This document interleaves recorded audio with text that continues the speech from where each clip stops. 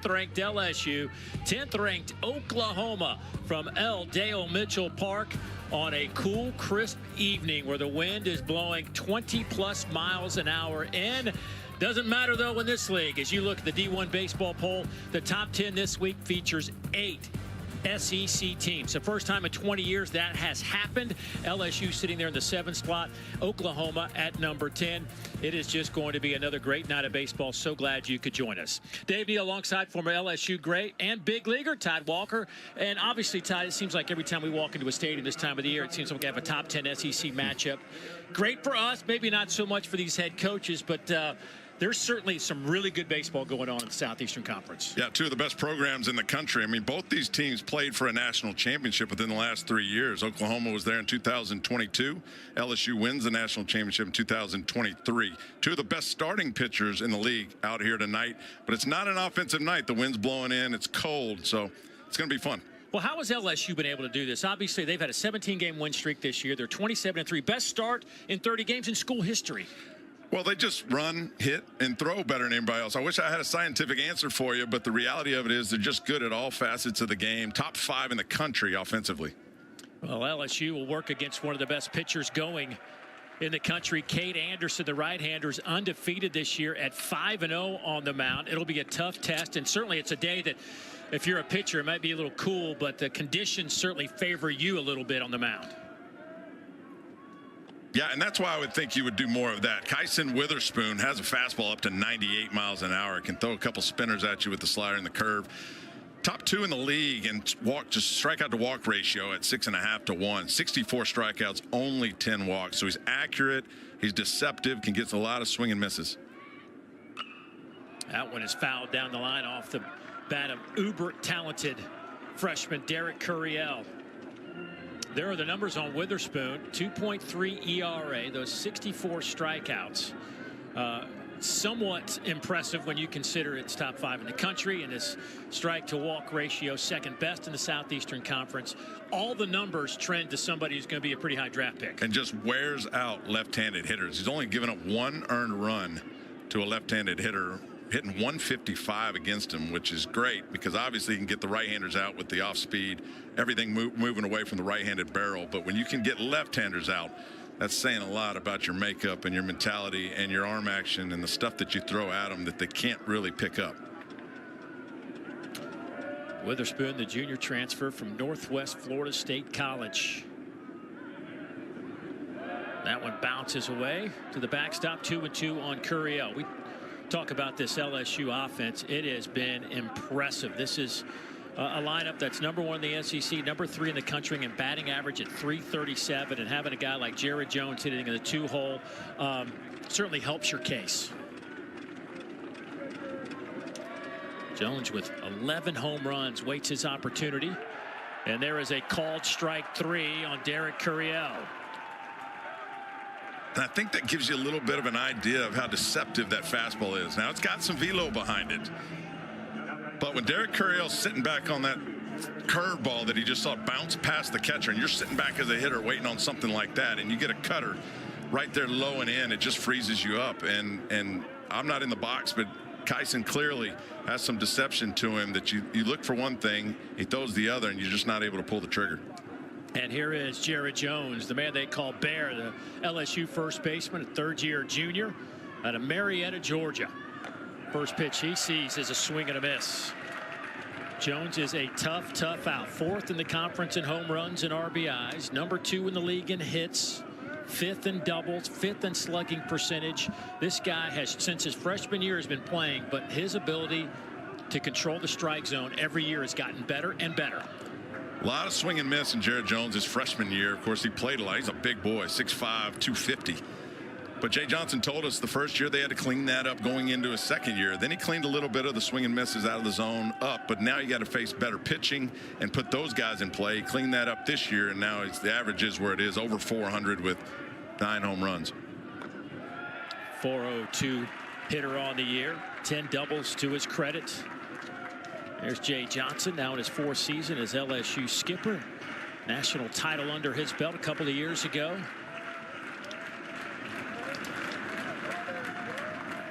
Two strikes on Jared Jones. Fouls it back. He'll get another pitch.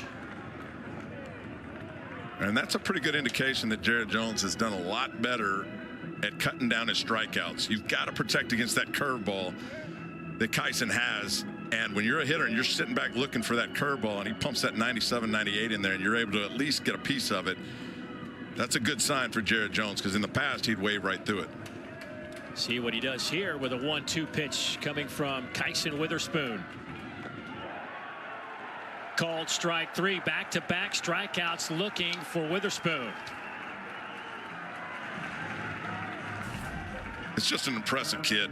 I mean, pitched for the Olympic team this summer on the midseason Golden Spikes watch list as one of the best in the country, and you see why. I mean, he's dotted that cut around the outside corner, which means he took a little bit off that four-seam fastball, and it just, Jared Jones again for the second time in 2 hitters. I mean, this is tough to strike these guys out. Again, you're looking at one of the best offenses in the country, and so far Kyson's made 2 guys look silly. Now the 3-hole hitter Daniel Dickinson, the second baseman, steps in. A transfer, a junior out of Utah Valley, out of Richland, Washington.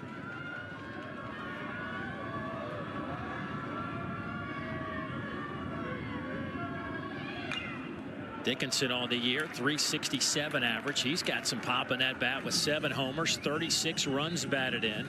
Also in double figures with 10 doubles.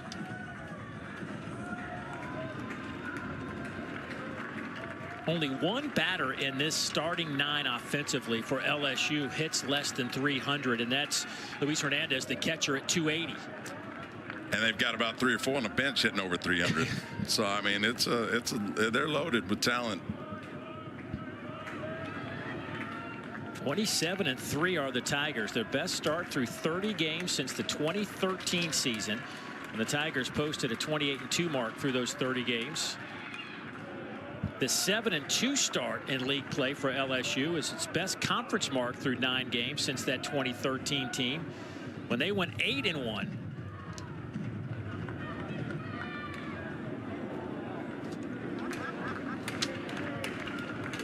LSU riding a 5-game win streak coming into this game with Oklahoma. That ball's hit high in the air, out to left, toward the line, playable for Deshaun Harris, and he makes the catch in a 1-2-3 frame for Kyson Witherspoon. The Sooners grabbing their bats when we come back for the bottom of the first. There's a reason that there are 50 big league scouts here. It's because our starting pitchers are certainly guys on their radar, and Cade Anderson one of those. We talked about Kyson Witherspoon and his resume. How about Cade Anderson? Only a sophomore. He's a draft eligible sophomore. Kylie McDaniel has him as a first-round pick as of this year. He made 9 starts last year outside of the SEC in 2024. This will be his 8th start. He's now the ace of this staff, and rightfully so. 6-to-1 strikeout to walk ratio. Can get some swing and misses in the zone with all that deception, and thinking along with hitters, 43% swing and misses. That's 4th in the league. He's actually better against the right-handed hitters than he is the lefties. Right-handers only hitting 190. Take a look at that Oklahoma lineup. Jason Walk at the top. He has 5 home runs on the season in that leadoff spot. Easton Carmichael, their exceptional catcher, 310, 6 home runs. Christensen gets the start in right field today. Willits hitting cleanup, their shortstop. Well, their middle infield's pretty solid with Willits and Branch. Kyle Branch hitting 5th. Dickerson, Taki, Willis, and Harris round out the 9 for Skip Johnson. It is a cold, brisk evening here in Norman, and you look around, a lot of people bundled up, but there's always a couple of guys. There's a couple t-shirts out there. Don't know how long we'll see them tonight. Here's Jason Walk, the sophomore center fielder. It's just tough to hit when it's cold. I mean, more dense air, it's, you know, it just doesn't carry. You feel like as a hitter you've got to do more than you actually have to. It takes you out of your technique a little bit to try to juice the ball, and if you can stay within yourself, that's the way to go, especially with this turf. It'll fly through the infield. We had some rain before the game, so it's slippery out there. Walk had a little bit of a slump over a 4-game stretch, went at 0 for 17 run, but since game 2 of Alabama last weekend was 5 for 12, but that didn't take long for him to stroll back to that dugout as the first strikeout of the game for Cade Anderson. That's number 62 on the year. Well, Cade does a lot like what Kyson Witherspoon does. He gets those strike threes looking. He can think along with a hitter right about the time they're looking for off speed. He'll pump that fastball in there in a good spot. 3 of the first 4 hitters in this game have struck out looking. Now here's Easton Carmichael. Easton, their junior catcher out of Prosper, Texas, who had a great season last year. Started 60 of 61 games for this Oklahoma team. Was a third-team All-American, first-team All-Big 12 performer as he swings through that one, hitting .310 on the year with 30 runs batted in. Had a big night on Tuesday over in Frisco, Texas, as Oklahoma took down Texas Tech. He went 3 for 5, 3 RBIs and a home run.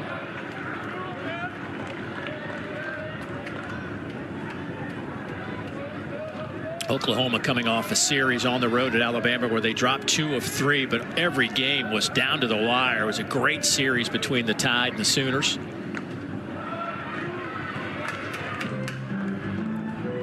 There's Skip Johnson. Boy, has he got a story. You bring up any topic and he's got a story. He's different for sure in a good way. Slap to the left side. Base hit for Carmichael.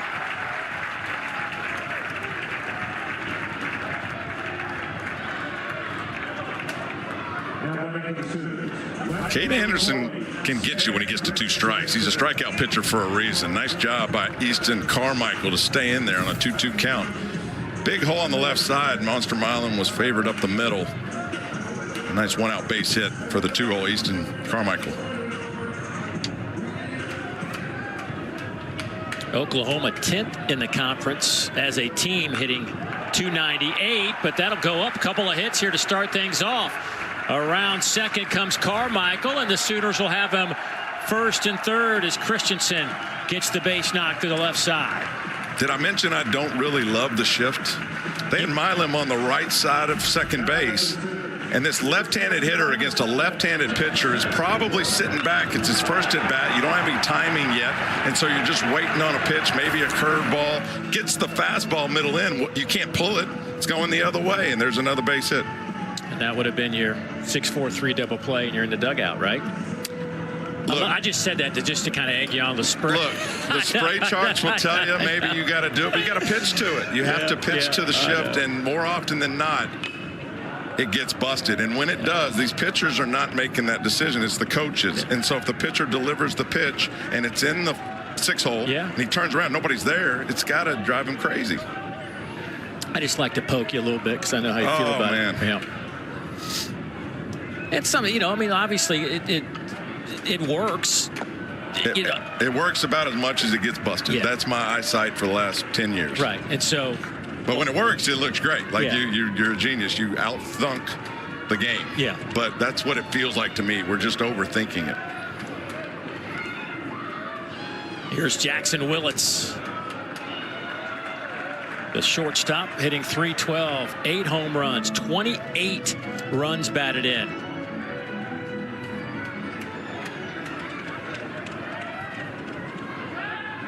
The sophomore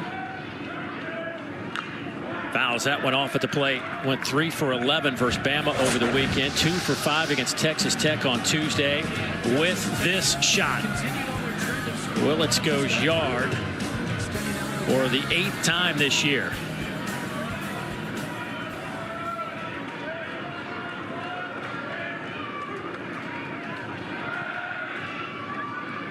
Really cool story on Jackson Willits, only a sophomore, holding down the shortstop position in the cleanup spot. He's a switch hitter.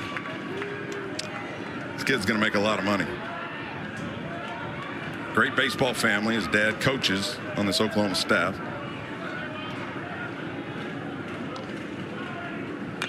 Fouls it straight back, and Skip Johnson was just telling us he basically just turns the offense over to him. Skip handles a lot of the pitching, and yeah, Reggie Willits right there was in the Yankees organization for a while. Now is the offensive coordinator, if you will, if that's such a thing in baseball. And look at the brothers.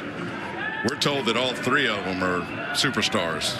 Well, Eli is jumped up the draft boards. He's committed to come here, but there's thoughts that he might be a top 10 pick in the draft, which means he probably goes and takes that money. And then the youngest son is moving up the travel ball world right now, and they think he's a dude. Hey, we've heard stories of these coaches recruiting in that 6th grade, 7th grade area. You know he's getting some letters already. That is one thing, though, that I think college baseball was wise, is that 2 years ago, these coaches they can't go out and recruit kids until August of their junior year now. So it's those guys were watching, as you said, they were watching 13-year-old kids play baseball. And now they kind of have to put that on the side and then go spend more time with the older kids. Well, we use the term recruiting lightly. I mean, you know, just to go to a 7th grade and say, you know, if you're a head coach of a major college and say hello, that's enough for a kid to be pretty impressed. Well, Willits draws the walk, and Cade Anderson in a little bit of trouble. Cade got in some trouble in his last start in Baton Rouge last week against Mississippi State. Tigers had to come back and win that one. A couple of home runs late, the difference against the Bulldogs.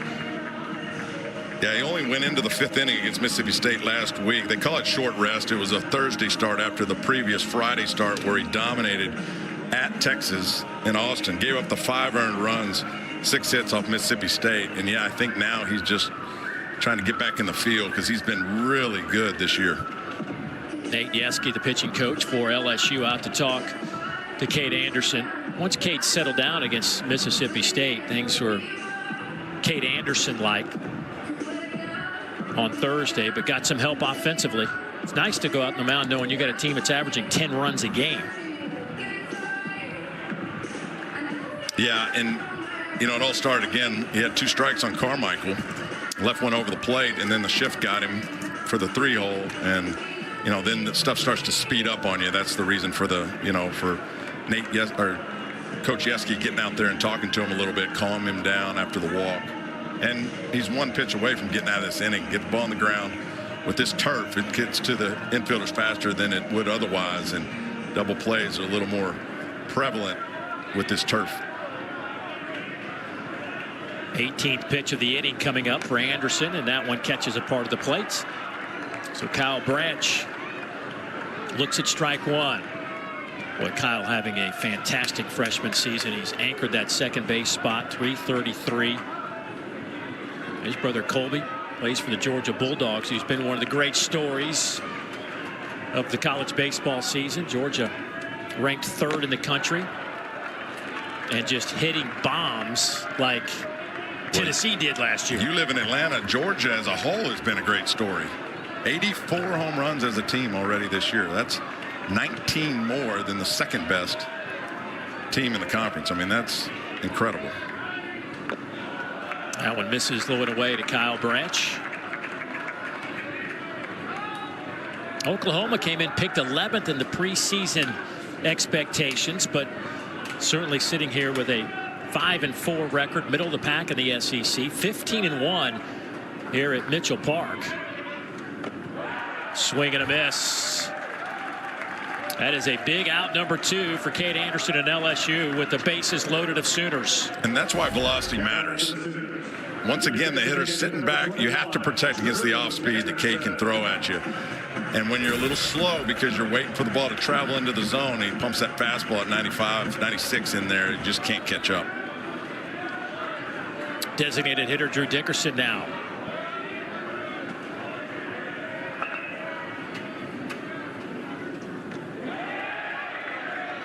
Did he go? Yes, he did. Strike 1. Dickerson, the designated hitter, hitting .310.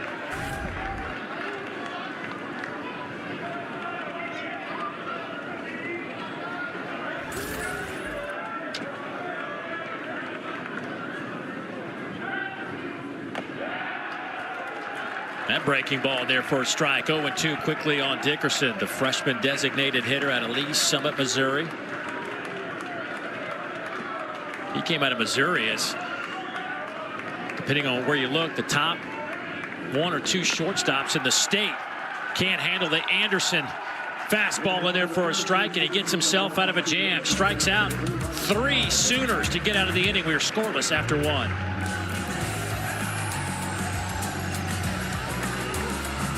begins at 6 o'clock. Sue Bird, Diana Taurasi are back doing their own commentating on the games over on this particular channel on ESPN2. And you can also catch it on ESPN Plus. Well, that Final Four just as good as the men's Final Four. Man, there is some great basketball coming your way this weekend. Stephen Milam to lead things off for LSU. The sophomore who moved from second base to shortstop this year out of Las Cruces, New Mexico. Starting off the second inning. Just wonder if Oklahoma, bases loaded, only one out. You wonder if in a game like this, does that come back and haunt you? I know it's first inning, but you just wonder. Well, I think part of it is we talked about the ability of both these pitchers, and that's where you find the makeup of a guy. And that's why there's, what, 50 scouts in the stands tonight, is Cade Anderson just came to another level and got out of it. That ball shot out to center field, but with this wind, you better do some very extraordinary things to get it out of here. So Milam is retired. And we have 2 strikeout pitchers tonight, but that's why I thought with the wind blowing in, as cold as it is, 50 degrees, you throw more fastballs and you pitch to contact more than you're trying to, you know, wiggle around and strike somebody out, because the ball's just not going anywhere. Normally the wind, talking to Skip Johnson before the game today, normally the wind here blows out to left center.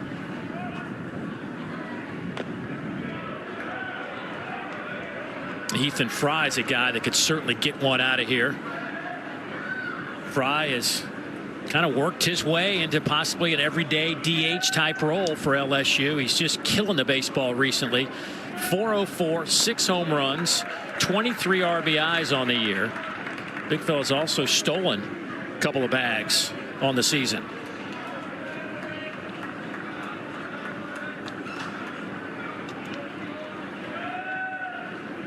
That's 6'6", 225 in that box.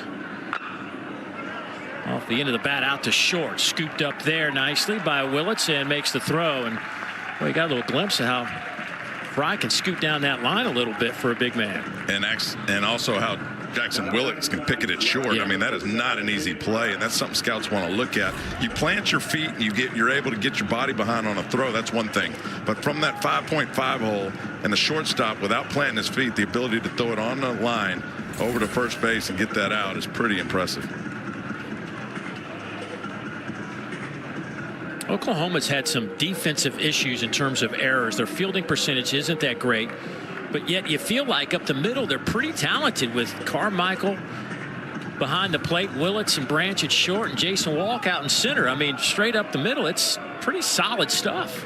Well, you said you saw Branch made a couple really nice plays. Yeah, rangy plays. So just because your fielding percentage isn't great doesn't mean you're not a good defensive team. I mean, you know, you can have some range, and we've seen Willits just now, and Branch, of course, Kyle Branch's brother Colby plays shortstop, so it's a middle infield family, and the range is there. After a offensive timeout taken by Jay Johnson, Jake Brown will step in there, the sophomore out of Sulphur, Louisiana, out in right field. Foul tip back into the mitt of Carmichael. Brown was 3 for 7 against Mississippi State last weekend. Former 16th round draft pick by the Rangers back in 2023.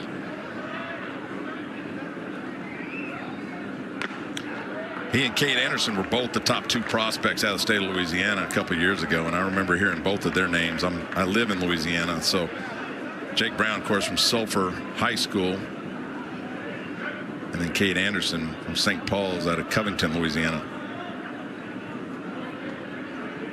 Here's the 2-1 to Brown. Lifts it up. Foul territory. Dawson Willis runs out of room. That'll be a souvenir on the berm. Boy, it's a shame the weather is as uncomfortable as it is, because this would have been a packed house. Still a solid crowd for the conditions. Yeah, I was telling you, this reminds me of the old Wrigley days in Chicago. You get up for a 1 o'clock game and it's less than 50 degrees and the wind's blowing straight in and the grass is high, and tough to face a Roger Clemens in that environment.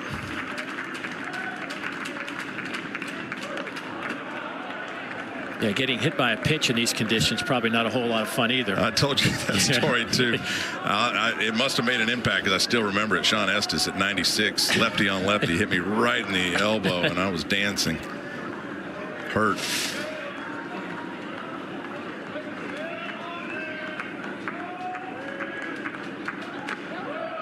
That one's up in the zone. Nice at bat for Brown to draw the 2-out walk here in the second. Well, plus to give Cade Anderson more time, of rest. That's why Jay Johnson called the meeting 2 quick outs, and then Jake Brown has that type of at bat. Very nice. Here comes Hernandez, the catcher.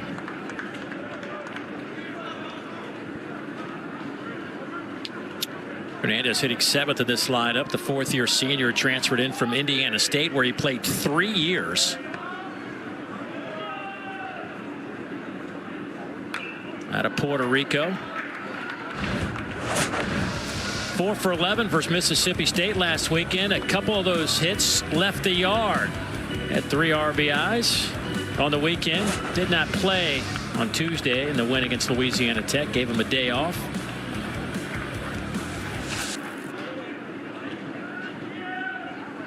Five home runs on the year for Hernandez. And that first one was against Pico Cone. That's the best pitcher in the league statistically. This guy can swing it. 359 with 23 home runs last year at Indiana State, and he was the MVC Missouri Valley Conference all defensive team too behind the plate. So I mean, this guy can go. And that's why I kind of laugh. He's the only non-300 hitter in this lineup. He can really swing the bat. Had a 24-game hit streak last year. Good athlete. Grew up playing volleyball and basketball as well in high school.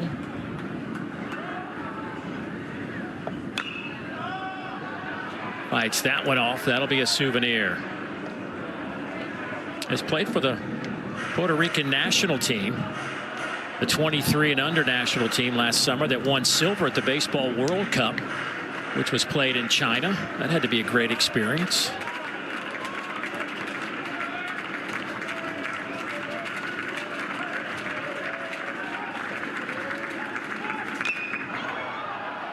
Caught it on the barrel, but out to center field. Jason Walk makes a routine catch, and the inning is over, and LSU will leave a runner. Heading to the bottom of the second, scoreless.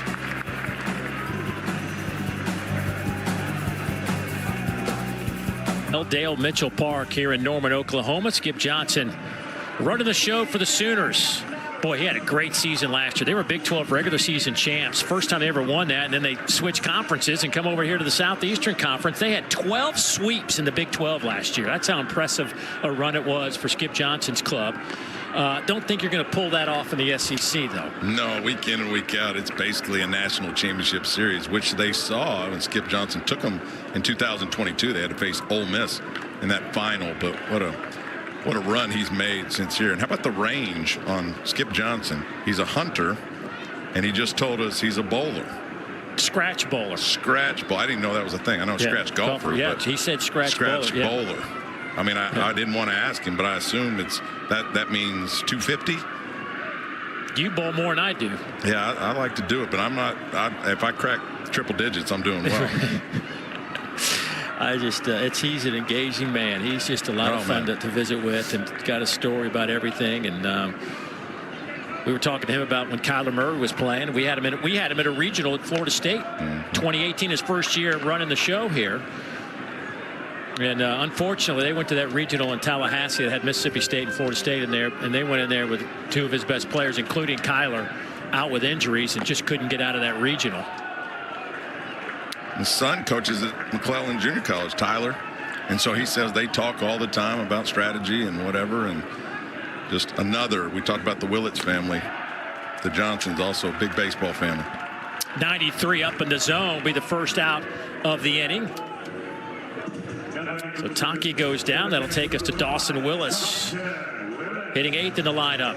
Just another fastball by you. That's 3 strikeouts in a row for Cade Anderson. Gets Dayton Tonke to swing at a ball above your waist. And again, when you're looking curveball, that 12-6 action that Cade definitely has, and he throws it up in the zone. At first, you feel like it is the curveball and it's going to come down. And when it doesn't, as you're swinging, you're almost like, uh-oh, not going to be able to catch up to this one.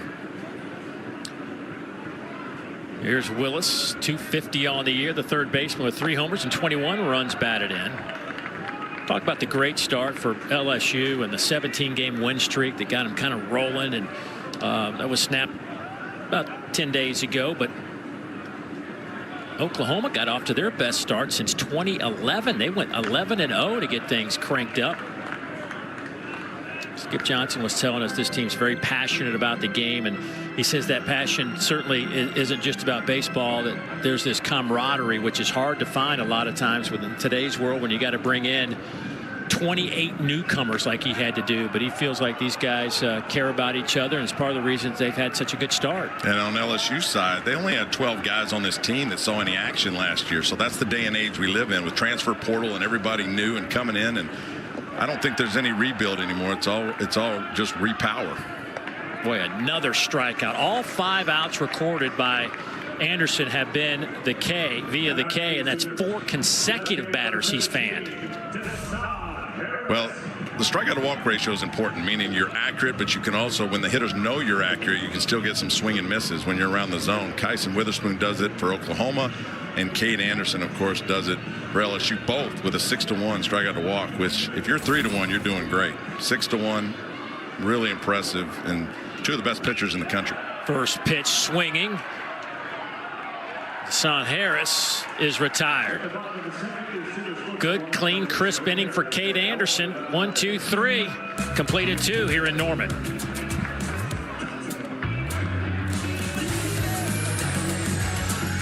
Broken that string where it's been tough for teams to defend a title. They've had some bad luck along the way recently for championship teams, but Tennessee, the #1 ranked team in the country, LSU trying to get back into the mix again, and this team certainly has the pieces to do it. They've got a couple of guys in that rotation if they can figure that out,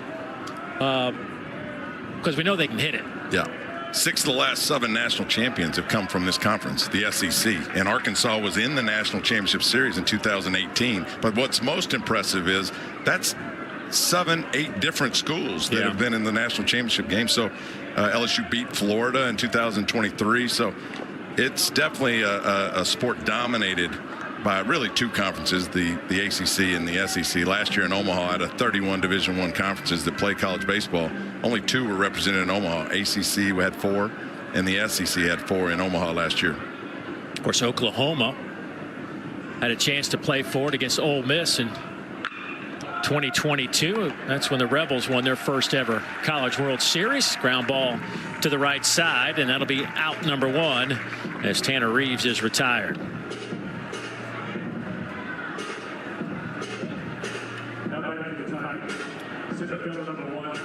You look at the SEC teams in the top 25. Again, 8 of the top 10 out of the Southeastern Conference. And there's Auburn sitting there at 16. Vanderbilt at 23.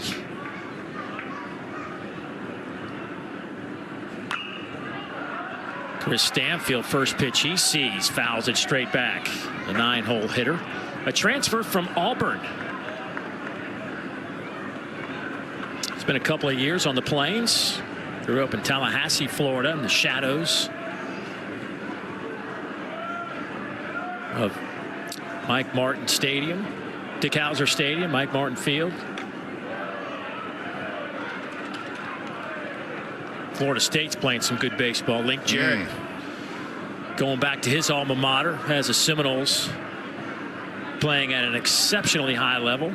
Which you knew he would. I mean, Notre Dame was so dominant when he was the head coach. You never really think that a head coach is going to make that much difference in college baseball or baseball in general. Yeah. For me, it's run him out there, let him play. But Link Jarrett definitely makes an impact on the teams he's with. And, of course, it doesn't hurt. You got a top draft pick in your staff and Jamie Arnold.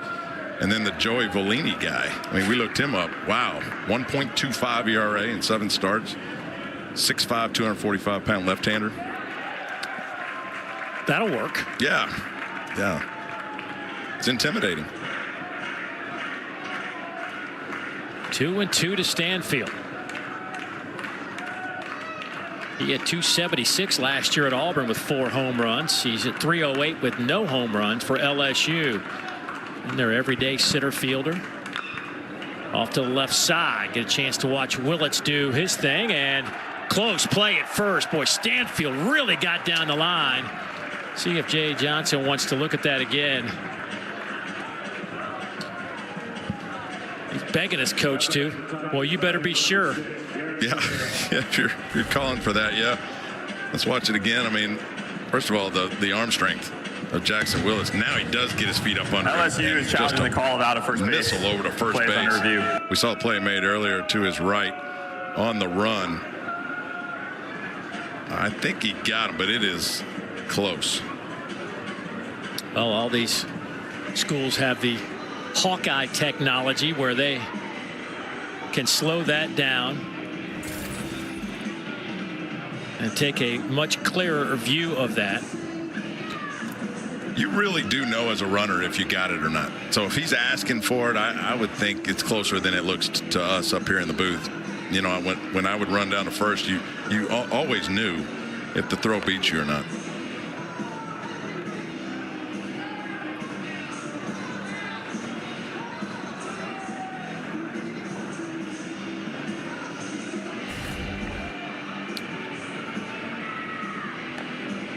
It's in the glove right there. I just can't tell if his left toe is down on that green bag. What do you think? I mean, is he going to be out or safe? Simple as that. Well, I got to go back to what I just said. As a runner, now there's 2 bags now. The one bag was a little easier to feel, you know, whether or not you were going to be safe or not. He's a little further to the right, but as a runner, I think you always know if you're safe or not, and if Chris is asking for a runners out. Okay. LSU loses the challenge. They have 1 remaining. Hopefully. And now he's going to Chris Stanfield's going to have to walk to the other side of the dugout. Yeah, I mean, you got to be really sure that you were right before you call for a replay, don't you? I would think. So they lose one of their challenges. So I think that was close enough to give that a second look, in my opinion. Well, but Jay told us last week they're going to do the replays on scoring plays, but at first base, as it turned out, they're wrong. Now you've lost an opportunity. Lost time for a guy on first. I mean, you know, I don't know. Top of the lineup, Derek Curiel struck out looking his first time up. Young man has just been fantastic. Everybody thought he was going to be a stud when he got on the field, and he has not disappointed. He's 4th in the conference in batting average, 3rd in walks, 3rd in on-base percentage.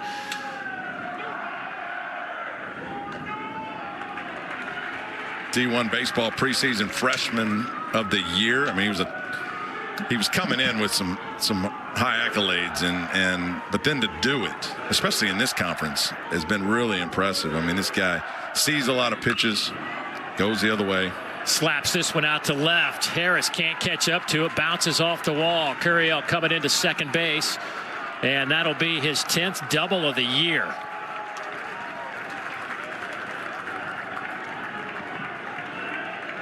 And they will shift on Derek Curiel because a lot of his ground balls go the right side. He can go the other way. We saw the home run at Texas. We saw the home run last week against Mississippi State, both opposite field, and now a slicing double past the left fielder, Harris.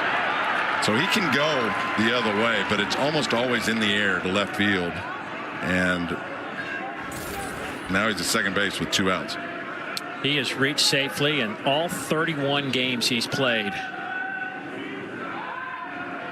And he now has a hit in 29 of those 31 games. I mean, it's just been. I mean, this kid playing high school ball last year.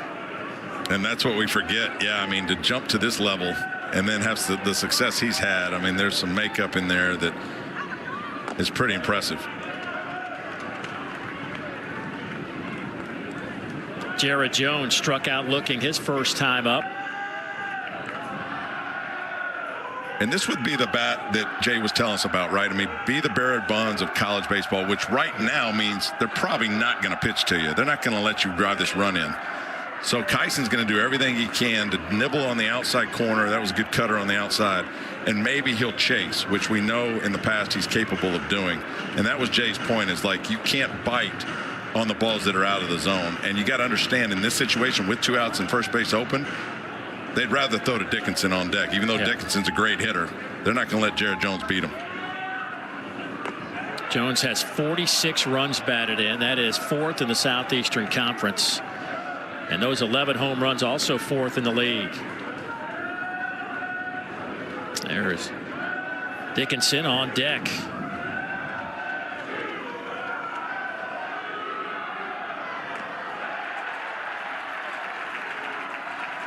Two and two the count on the awkward swing from Jared Jones. And now he doesn't get a fastball unless it's out of the zone, high, elevated. So Kyson now has 2 pitches to try to strike him out swinging, but Jared's got to understand neither one are going to be center cut. Misses inside, full 3-2. Jones has a hit in 25 of 30 games. Came in as the 5th best batting average in the Southeastern Conference. This is the situation where most hitters get challenged, and Jared's just not going to see a fastball. Slaps it out to right. It'll drop for a base hit. Got something that he could comfortably put the barrel on it. Drives in his 47th run of the year, and LSU leads 1-0. That's the maturity level of Jared Jones now this year. That was a great 3-2 pitch by Kyson, putting it on the outside corner when the hitter's looking fastball middle center cut, and it's out over the plate, and Jared Jones doesn't try to pull it, because if he does, he's out to the left side. He stays with it and drives it on the barrel to right field, drives in the first run for LSU. And here is Daniel Dickinson.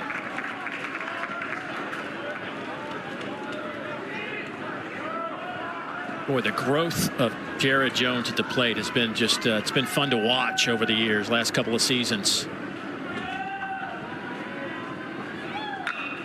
That one slapped out to right center.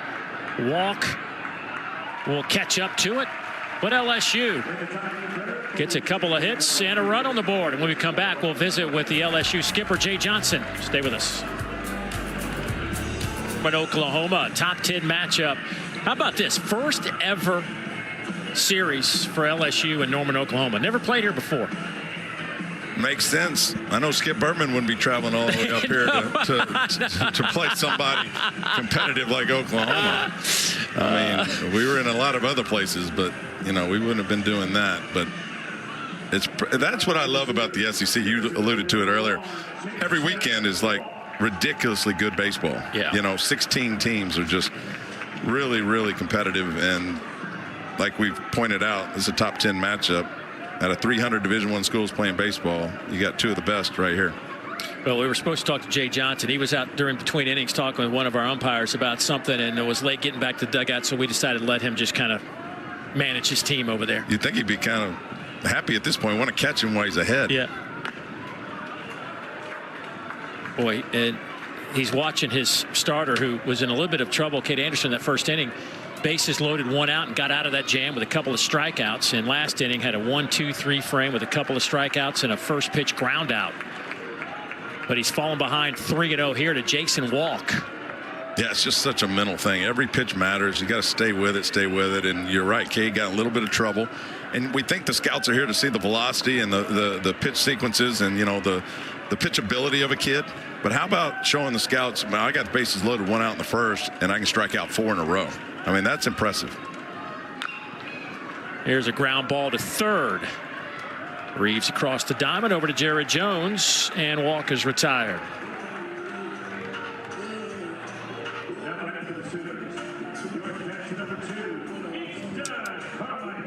So here's Easton Carmichael. Hit 366 last year. It was 7 homers, 19 doubles. Finished the year with 93 hits. That led the team. Had 32 multi-hit games last year.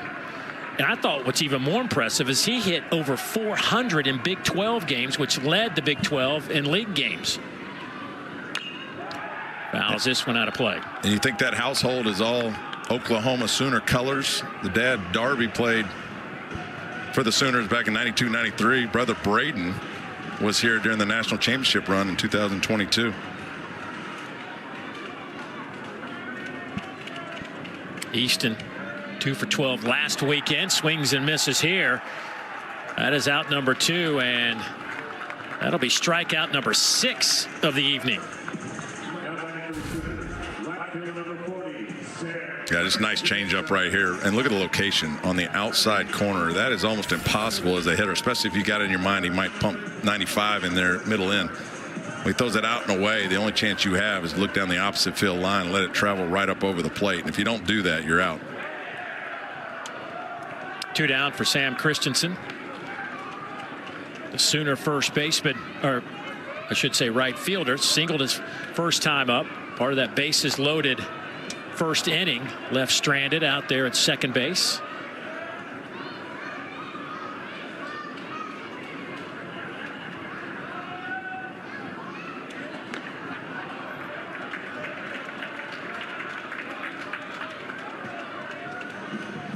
Sooners having to go out with one of their better hitters in this one. Trey Gamble's out with a minor injury, but not good enough to go tonight. So that's kind of changed things up in this lineup a bit. Trey came in hitting .377 for the Sooners as Christensen gets the walk. Might see Gamble pinch hit situation.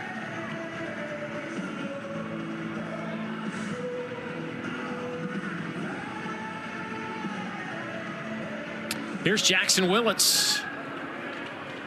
He walked his first time.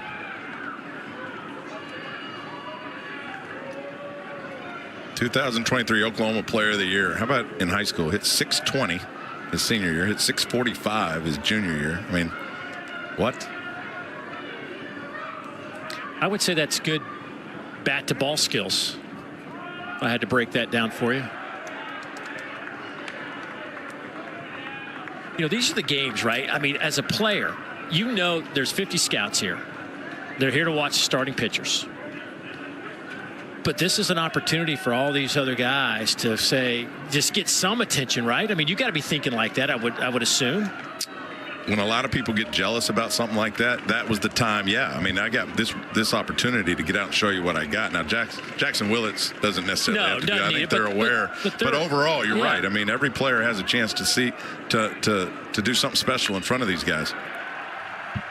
Nice job going to the big hole on the right side of the infield. Now the Sooners have it first and second, so Willits showing you he can handle the bat as well. Love watching hitters go the other way.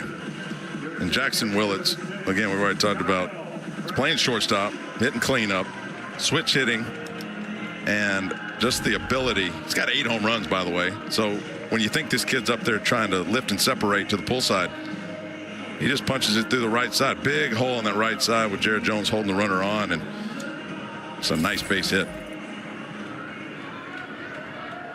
Willits is hitting SEC pitching at like a 350 clip. He'll stand at first base, runners at first and second. Kyle Branch gets an off-speed pitch.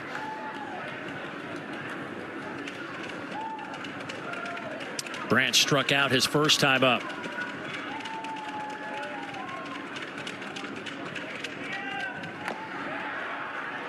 Another one off speed, 83 miles an hour. 0-2. And now you have to sit back on all the off speed. You got to respect it now that you've waved through it, and that's when the fastball middle end works.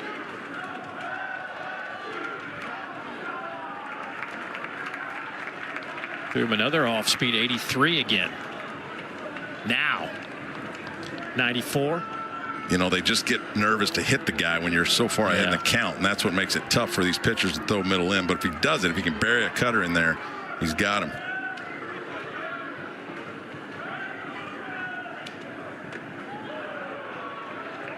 '93, and just that was it.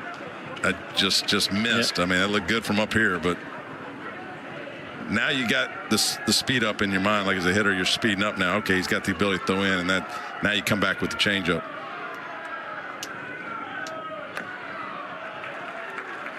Went outside, count even at 2-2 now.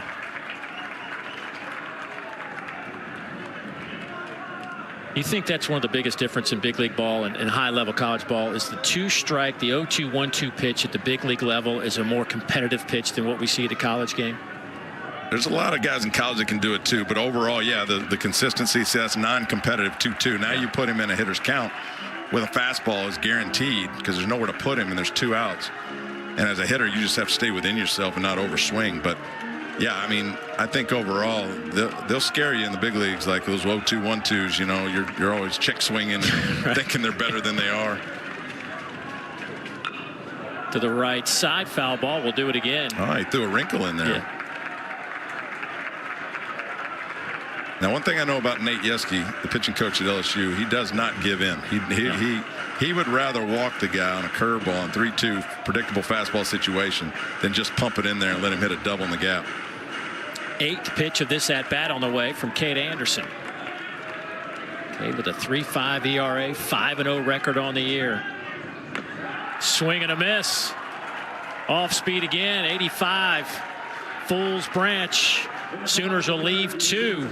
1-0 LSU.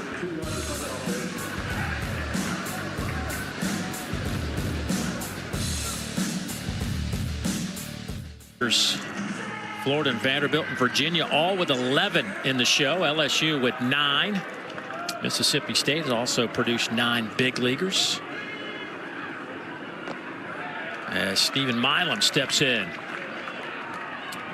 Yeah, how about my Atlanta Braves right now? We're off to a really good start. The best news for the Braves is they started a West Coast trip, and all those games were at 10 o'clock at night, so many of us didn't get to watch the debacle. Last night had a chance to beat the Dodgers, and then Ohtani walked them off. I saw that. They were up 5-0. Yeah. Yeah. And then you're pitching to Ohtani. Yeah. Which wasn't a bad pitch. No. Sinking away. But it just kind of, it was a Ohtani bobblehead night. Yeah. You know, I mean, 0-7. I read somewhere no team that's ever started 0-7 made postseason in baseball history. Out of 162 games, if you're 0-7, you didn't make it. That's pretty impressive. Ground ball out to short. Willits fires and Milam is retired. 1 down. It even makes the scoring in the book hard. Like, is that a 6-3? He's the third baseman, or is that a 5-3? Why not? You know, it's a 5-3, but when you look at it, I granted out to third base. That's not true the next time he comes up. I don't want to have to write like a sentence for scoring. We'll put 5-3 down and move on. Yeah, that's what I'll do. The same thing. That way we'll be in sync. There we go. So ground ball to Willis. Takes us to Ethan Fry.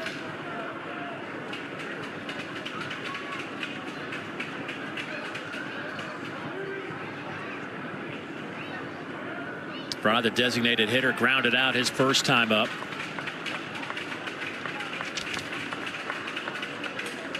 You know, you mentioned how Ethan Fry is a big dude, 6'6", hitting 400 with 6 home runs. This is only his 15th start of the year. I mean, kid couldn't get any burn until right now. I mean, he is a very talented player. Well, over the last 5 games, this is why he's in the lineup tonight on an opening game on the road in an SEC series against a top 10 team, is because the last 5 he's hit .467, 7 for 15 with 2 home runs and 2 doubles. His batting average has increased 232 points from last year. A lot of confidence this year. And this is what that home run on Tuesday looked like at home against Louisiana Tech. Oh man, just middle, boom. Makes it look easy. Left center gone, yeah. The best prospect out of Louisiana in 2022. So we talked about Jake Brown and Cade Anderson a couple years ago. Ethan Fry was a year before them. They're able to pull all the guys out of Louisiana that can play. Popped him up. Foul territory. Taki in front of the LSU dugout makes the catch for the second out. Well, that was pretty nonchalant. Sometimes those balls can really spin back into the field of play, and Taki got his legs up under him and didn't look like much spin on that baseball. Wind's fighting against it.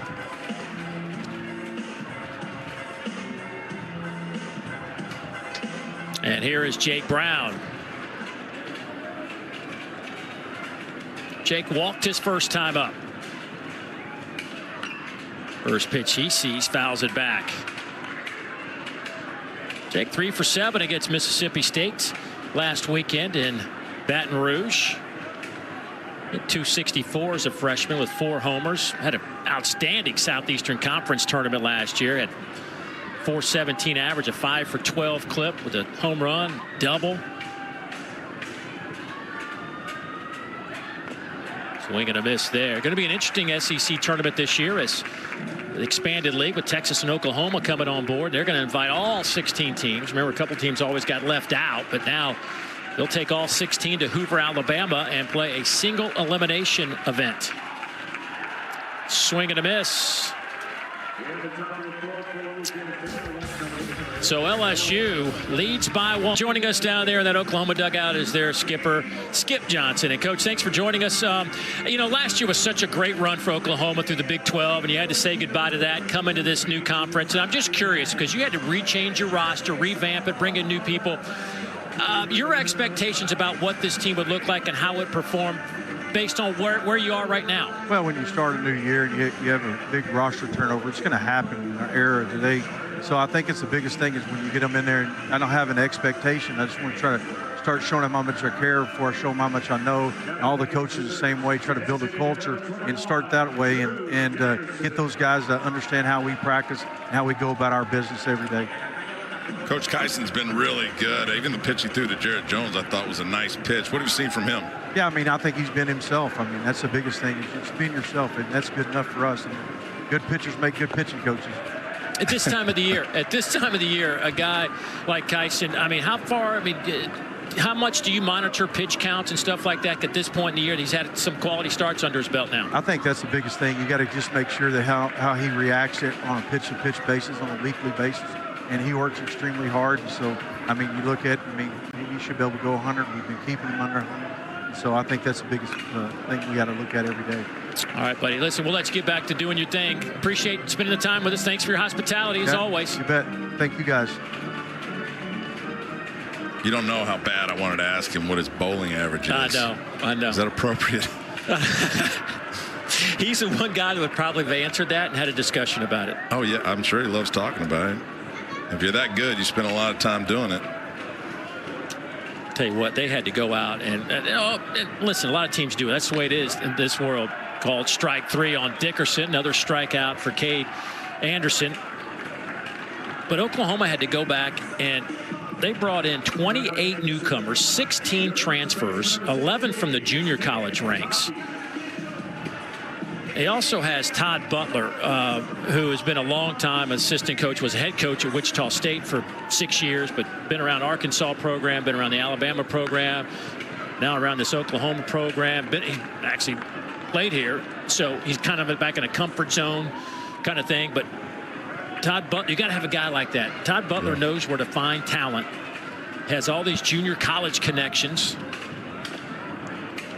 Well, I know as a player, you want to play for a manager or a coach that's likable, and Skip's a likable guy, and he's going to tell you like it is. I mean, but I think you learn to appreciate stuff like that. But just spending some time with Skip Johnson, I mean, just a nice dude, and knows the game, and a guy I know that people would love to play for. Dayton Taki slaps it out to right. Jake Brown corrals it, but a one-out single for Taki. Well, the Sooners have hit Cade Anderson around a little bit. They've got 4 hits, but just haven't been able to scratch a run across. They had the bases loaded in the first. They had 2 guys on in the third, and now here in the bottom of the 4th with 1 out, the 7-0 Dayton Taki rips it into right field. Dawson Willis now struck out in the 2nd inning. We'll step in there. We're talking about travel ball. I battled the Willis family. He's from Ruston, Louisiana. Yeah. I'm in Shreveport, an hour down the road. We battled his brother CJ, who went to LSU originally and transferred to ULL. Battled those guys in travel ball for years. That Ruston travel ball team was so good. This family, Willis family, great people. Dad Chris played football at Louisiana Tech, but we'd always have a lot of good baseball conversations.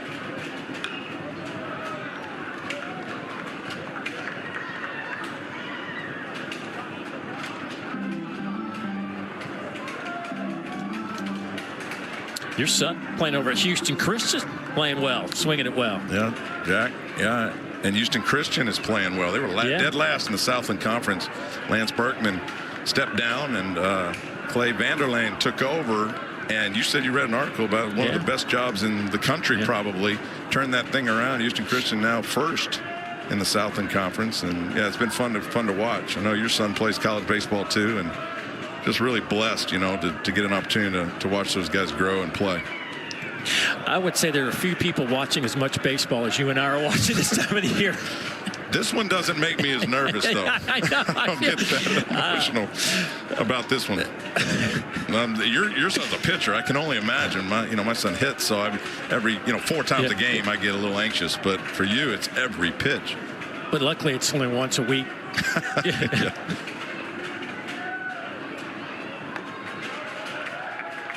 2-2 the count now on Willis.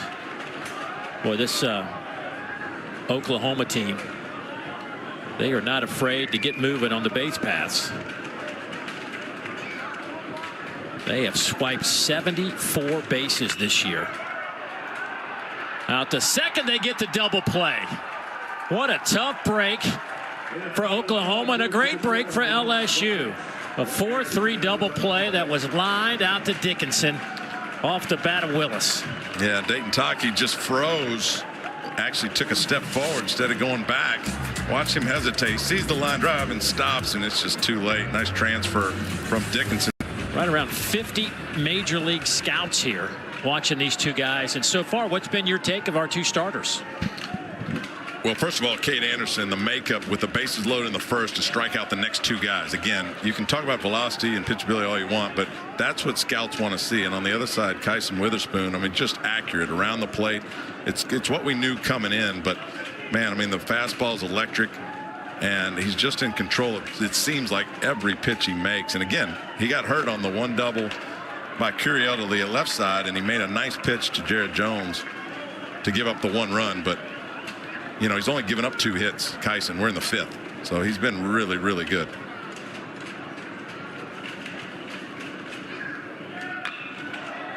Boy, they're peppering the right side. Are the LSU Tigers. That one will get to the wall. Hernandez will stop at second base.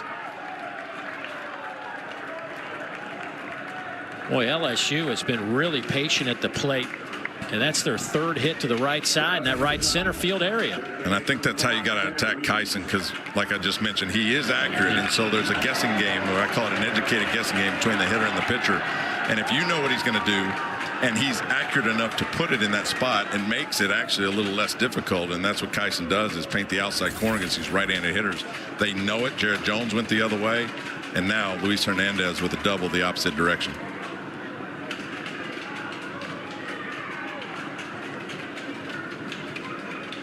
Tigers have 3 hits. They're all been doubles to the right side. And that's when they talk a lot about, and don't get me wrong, the big leagues are extremely difficult, but that's why they would say Double-A was almost tougher, because if you're trying to think along with that pitcher, they've got big league stuff, but a lot of them don't have a clue where it's going, right? So if you think he's coming middle in and he throws it off the back fence, then, you know, you can't guess along with him. And that's a big part of hitting, is that educated guess process of what they have and what they're going to throw depending on the situation and the count, and being able to put a barrel on it when they put it in that spot. But again, if I'm looking middle in and he's trying to come middle in, but he paints the outside corner, then it makes it tougher because you can't think along with him. Skip Johnson out to talk to Kyson Witherspoon. Skip Johnson, one of the more well-respected pitching coaches. That's kind of where he cut his teeth his entire career, and didn't want to give that up when he got this job back in 2018. So that pickoff is to see if the hitter will show him a bunt. But the problem is, this is the 8 spot. So if you bunt him and give him an out, now you're depending on your 9-hole, Chris Stanfield, to get a base hit. You and I are both kind of are on the same page. I don't mind bunting them over to 3rd with less than 2 outs, because then you just put the ball in the field somewhere and you get a run. But I just don't know if bunting the 8 to get to the 9 is the right move. And they're not going to do it. Tanner Reeves, the 3rd baseman. He is 0 for 1. Grounded out to first base. His first time up.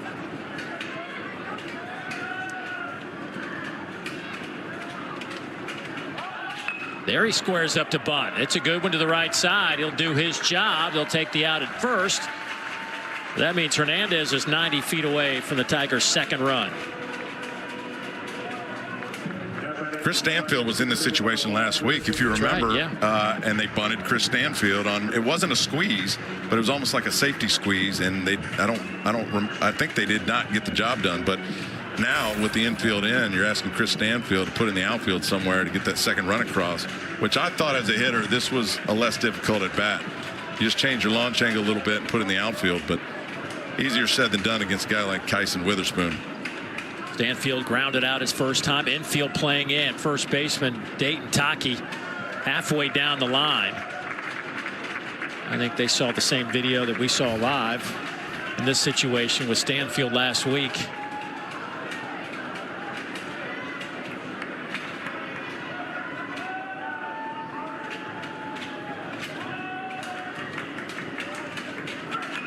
Little check swing. 0-2 now.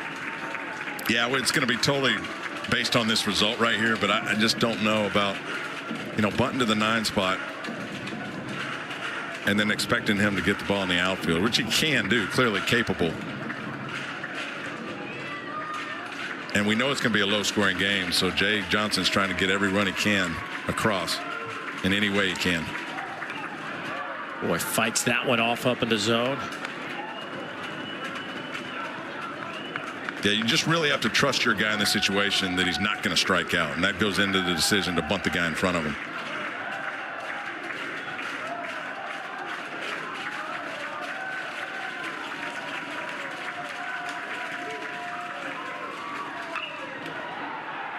Base hit. That's going to be extra bases. Stanfield on an 0-2 pitch sends it into the corner. He will stop at second, and an RBI for the 9-hole hitter, his 13th of the year, and LSU leads 2-0. LSU has 4 base hits, all in the opposite direction, and that's a mistake. Right out over the plate. Ball did not break.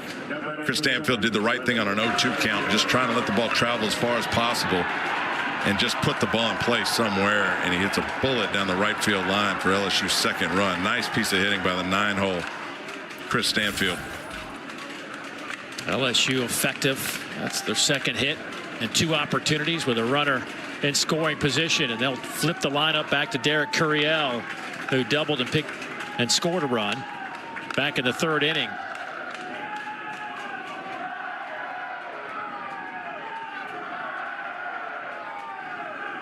Four hits apiece in this top 10 matchup, and LSU's first ever trip to Mitchell Park. Fouled straight back off the bat of Derek Curiel.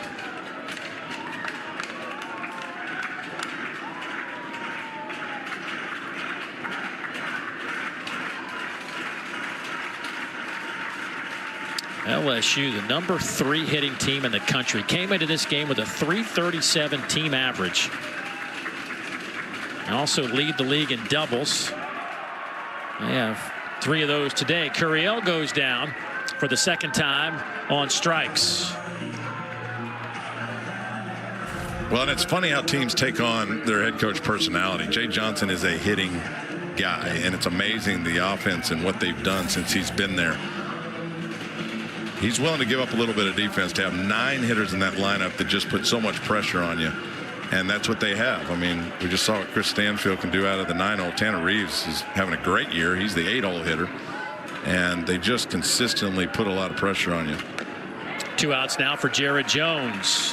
Jones picked up an RBI on his base hit back in the 3rd inning. His 47th run batted in of the year. And in the same situation he was last at bat. Right. 2 outs, first base open. Yeah, he drilled it to right field on a 3-2 slider. 0-1 now on the man they call Bear, and that one's down. 1-1. Jared Jones came out of high school as a highly sought after catcher, but with the catching prospects, Jared has found his way over to first base.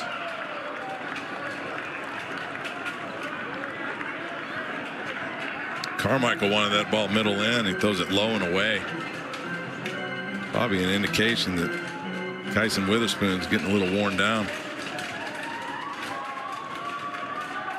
78th pitch on the way for Witherspoon. Off the end of the bat, second base, Branch Fields throws, and that'll get the Sooners off the field. But another run on the board for LSU. Their lead is now 2-0, heading to the bottom of the 5th. Jay Johnson. And Jay, we've talked a lot about your lineup and how you guys are hitting it so well this year, but Jared Jones stands out to me. And as a coach, a hitting guy, to watch his growth for 3 years, we can talk about it, but what does it mean for you to see that kind of growth in an individual? Yeah, super proud of it, to the point where if pro teams are paying attention, they need to evaluate the player on this year only.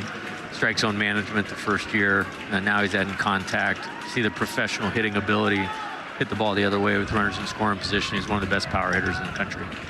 Similar, Jay, you guys groomed Cade Anderson to be the ace. Last year he made the 9 starts. Now he's the Friday night guy. Bases loaded, 1 out in the first, and he gets out of it. Talk about the makeup of Cade. That's it. I mean, you just said, I think you have to have special makeup to be the Friday starter or to pitch at the end of the ball game. He has that, along with all the tangible things that he does well with the pitchability, the strikes, all of those types of things. He's leader of our pitching staff. Good mound visit right there by Coach Yeski in the first, and got him poised up, and Cade took the rest from there. Yeah, he looks good tonight from a lot of scouts. Hey, Jay, we'll let you get back to business, man. Always appreciate you spending time with us. All right, thanks, guys. You know, he's so calm. He's so just collected, but you know that the grind of what this is in an SEC opening game of a series on the road. Well, you know, fly ball out to center field. Stanfield is there to make the catch, and Walk is retired for out number 2. Dying out there. You know, I think what he said last week epitomizes Jay Johnson. You know, they're 27-3, and somebody asked him, "Are you having fun this year?" He said, "I had fun 27 times." Yeah, that's right. And 3 times I was miserable. I mean, he is all baseball. And if you want to talk baseball, he'll go on forever. And he loves it. He's great at it. And, of course, in his second year at LSU, won the national championship. He was at Arizona for the 6 years. Took them to Omaha twice. And just a fantastic baseball mind. He and I were talking about this league, and that it's so commonplace to come and have these matchups like this, top 10 matchups, top 25 matchups, that he's like, it's these kids become so accustomed to, like, this is the level you have to play every day. And there have been years where maybe you would go to places and you'd expect to win, and you had to kind of get guys rolling and get them in the right frame of mind. But he said, but now, I mean, it's like every weekend you better be on, or you know that you might get beat 10-0. You know, 30 years ago, they used to say this level was AA comparable, minor league stuff. And I think that's true, having done both. Now, with the crowds and a lot of kids coming back, first rounders coming back to college, I'm almost scared to say this because it is clearly more talent in the big league consistently, but it's big league atmosphere out here in the SEC every weekend, and the kids get used to playing in front of the crowds, the anticipation. The reporters are harder on them than they probably were when we were in school. You know, they never were going to ask you the tough questions. I think now these kids have to answer some tough questions if you make an error to lose a game or strike out in a bad situation, and it's not big league baseball, but it's comparable because of the talent level that you're seeing and the crowds and everything that goes into it.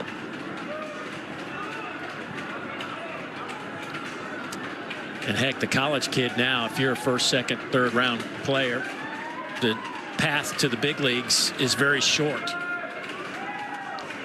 Especially pitchers. Boy, Cade Anderson. Yeah. His path might be quite short, too. He keeps pitching like this. Another strikeout for Cade. That is some kind of game for Cade.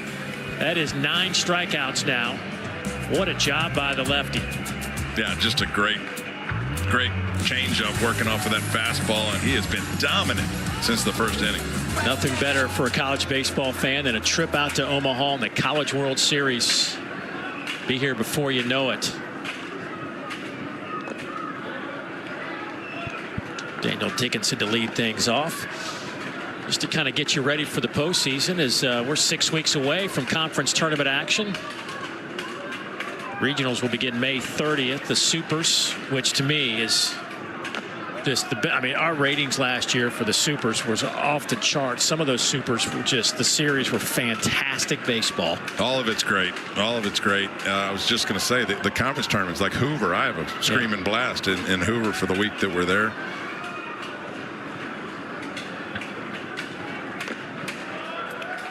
I don't know. The games, I mean, they're single elimination, 16 teams. Is it 4 games a day for the first 2 days? That's it, yeah. 4 games in one day, yeah. I mean, good grief. You definitely want to finish top 4 in this league. Because you get the double bye. Yeah, to the right side, and bobbled for a moment by Taki. Underhand toss to Witherspoon. They get the out. More great baseball coming your way on Friday night over on the SEC Network. Second-ranked Arkansas begins a 3-game set with Missouri. Coverage starts at 8 Eastern from Baum-Walker Stadium in Fayetteville. And, you know, the Hogs just keep chugging along. Dave Van Horn, I mean, every year in the mix. 23rd year at Arkansas, and they had a rough regional when TCU ran through town. But outside of that, in the past 6-7 years, they just play fantastically well, and some years they have more talent than others, it seems like. But Dave Van Horn seems to put that team together every year to be in a position to get to Omaha, and they do not.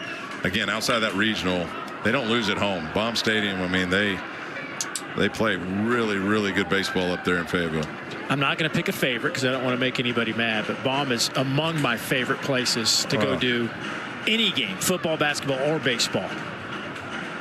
Unless you make a mistake with a name, or you say a word too many times on the air, or you play for the other team, because those fans they remind me of Yankee fans. Like, first of all, I don't do any of that. I don't do any of that. What you just said.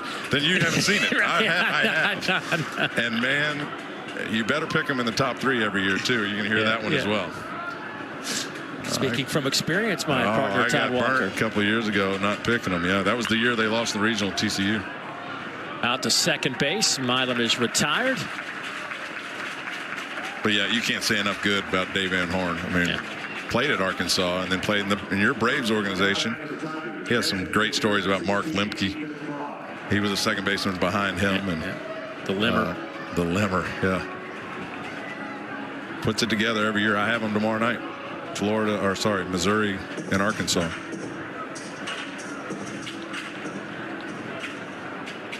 Here's Ethan Fry, the designated hitter.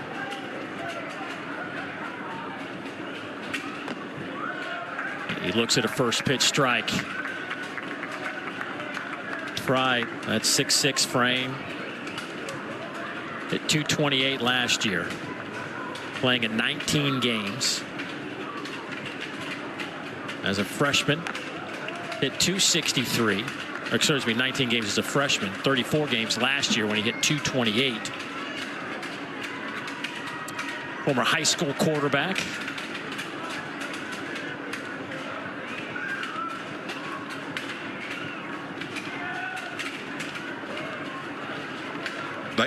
He's 6'6". LSU's third starter is 6'8", Chase Soares. They got a kid in the bullpen, Maverick Rizzi, 6'9". Jared Jones, 6'5", 250. I mean, they could put a basketball. If this baseball thing doesn't work out, which it seems like it is, they could put a basketball team together.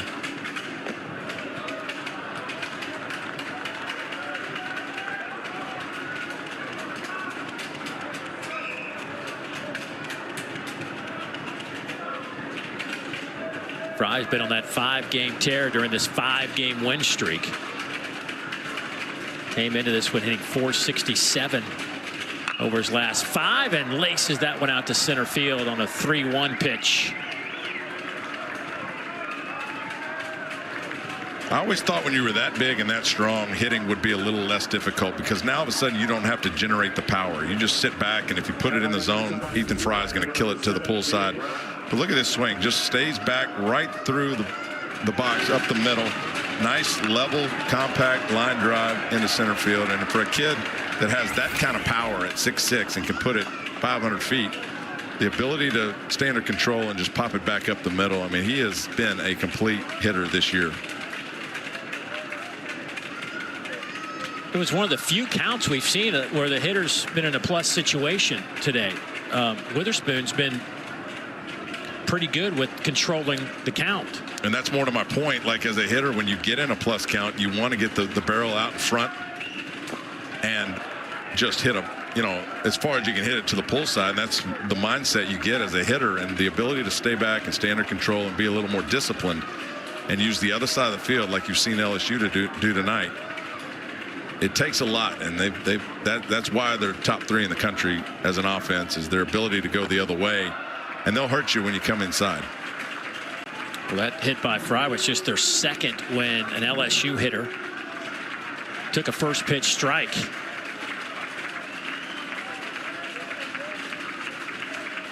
Now it's 1-2 on Jake Brown, 350 hitter. Fouls it off the plate. We'll do it again. 94 pitches now for Kyson Witherspoon. His season high was 107 against Mississippi State. This is when it's tough, when Kyson's got that great changeup and he's got 60% swing and miss on the curveball, but you also know he can bury you inside with a fastball. So to me, as a hitter, you just got to look for the off speed. If he comes inside, you got to just do the best you can. But it's tough because if as a hitter we have egos too, and you don't want him to burn that fastball by you, and that little thought that I got to get the barrel out will get you in trouble. And that's why Jake struck out his last at bat. Now he's got to be looking off speed and go the other way. Pretty quiet right now down in that Sooner bullpen. This one's popped up, going to stay in play. Willis in foul territory, and maybe we'll get another inning out of Witherspoon. We get to see Cade Anderson on the other side as LSU leads it 2-0. Maybe one day we'll see this guy, Derek Curriel, the freshman phenom, the top high school prospect to come to college. They think he's probably got the pathway to get there. There's right now you got Stanfield out in center field, but Jay Johnson telling us this guy can certainly play that spot. That ball's hit on the button out to right off the bat of Christensen, and it's off the wall. He will round first and wind up with a double for Oklahoma's 5th hit of the game. That was probably the hardest hit ball we've seen all day. Sam Christensen with his second hit had a base hit back in the first inning. Now the double. Left-handers hit Cade a little better than the right-handers through the off-speed middle end. And Sam Christensen, lefty on lefty, you're just trying to see the ball and let it travel. There's really never any cheat going on with your front side, your front shoulder against a left-hander, and right there it pays off because your ability to see the off-speed is a little better. Yeah. And then he just rips it to right field. Well, now the Sooners got something going here with Jackson Willits, the 4-hole hitter. He singled his last time up. He walked back in the first. Average up to 318 now for Jackson, the shortstop. This decision's totally on how you think the game's going to go. It's going to be a low-scoring game. We talked about in the open with the cold weather, the wind blowing in, and so even a bunt just to get this first run across is big for Oklahoma because it's not going to be a high-scoring game. And the way Cade is going for LSU, and of course Kyson on the other side, you need every run you can get. 81 miles an hour in there for a strike.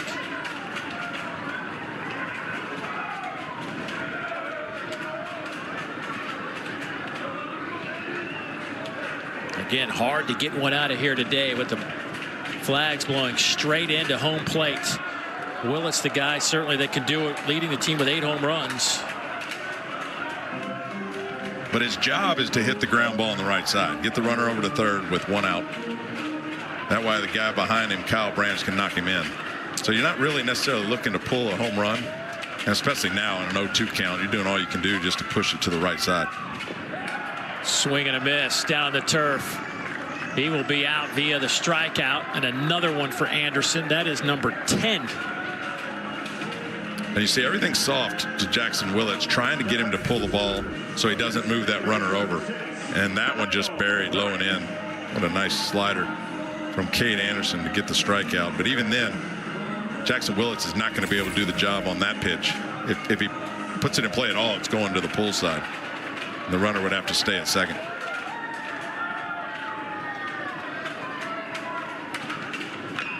Ground ball, foul. 0-1 on Kyle Branch.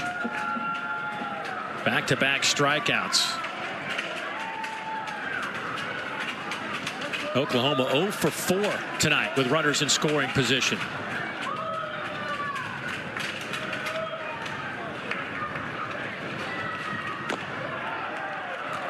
Oh, 2.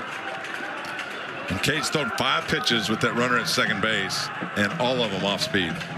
Not one fastball yet. 10 strikeouts, 2 walks for Anderson. And there's the first fastball, and that's a show. So now as a hitter, I'm thinking off speed all the way. By the way, his career high for strikeouts was 13 against Southeastern Louisiana last year.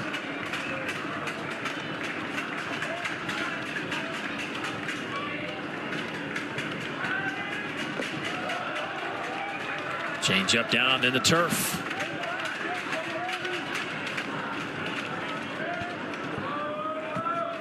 Anderson, a guy that when you ask him about why he chose LSU, it's pretty simple. Because he says, I'm a true Tiger fan. It was the only place I ever wanted to go. He grew up an hour down the road. Pitched at St. Paul. I think his ERA in high school is like a 0.4, 0.3, something like that. Didn't give up any runs in high school. And been really good since he's been on campus at LSU.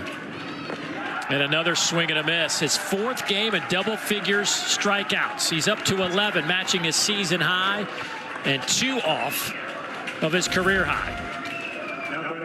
Buried another slider down and into the righty. Second strikeout in a row. And if you're Drew Dickerson now going to the plate, you've got it all in front of you. He's thrown 1 fastball the last 2 hitters. Now you just sit back on that changeup or that curveball, and if it's in the zone, let it travel and be looking for it. Dickerson. Deep to left. Is it fair or foul? Foul ball. Boy, that got everybody out of their seats. The sky is kind of the same color as the baseball. It looked to me like it was clearly fair, but I lost it. Well, the crowd down the left field line out there by that fair pole. They're not biased or anything, but they thought it was not at all a fair ball. See if you can track the baseball here. It's fair when it passes third base for sure. Well, you see a guy running over there behind the cover of the bullpen.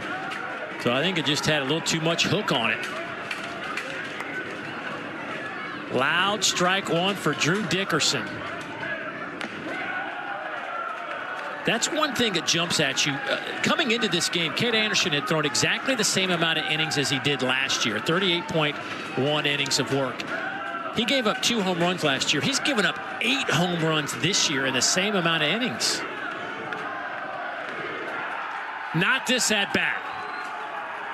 Strikeout number 12 for Cade Anderson. Putting on a clinic.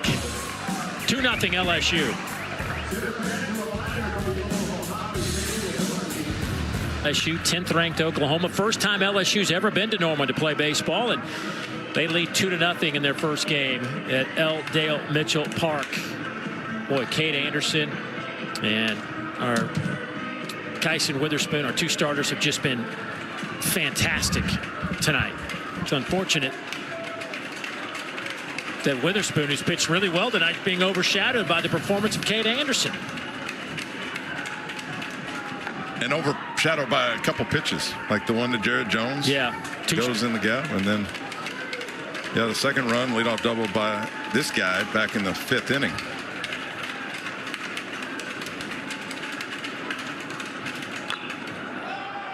Pops him up. Here comes Dayton Taki along with Easton Carmichael. They'll watch that go a few rows deep in the stands.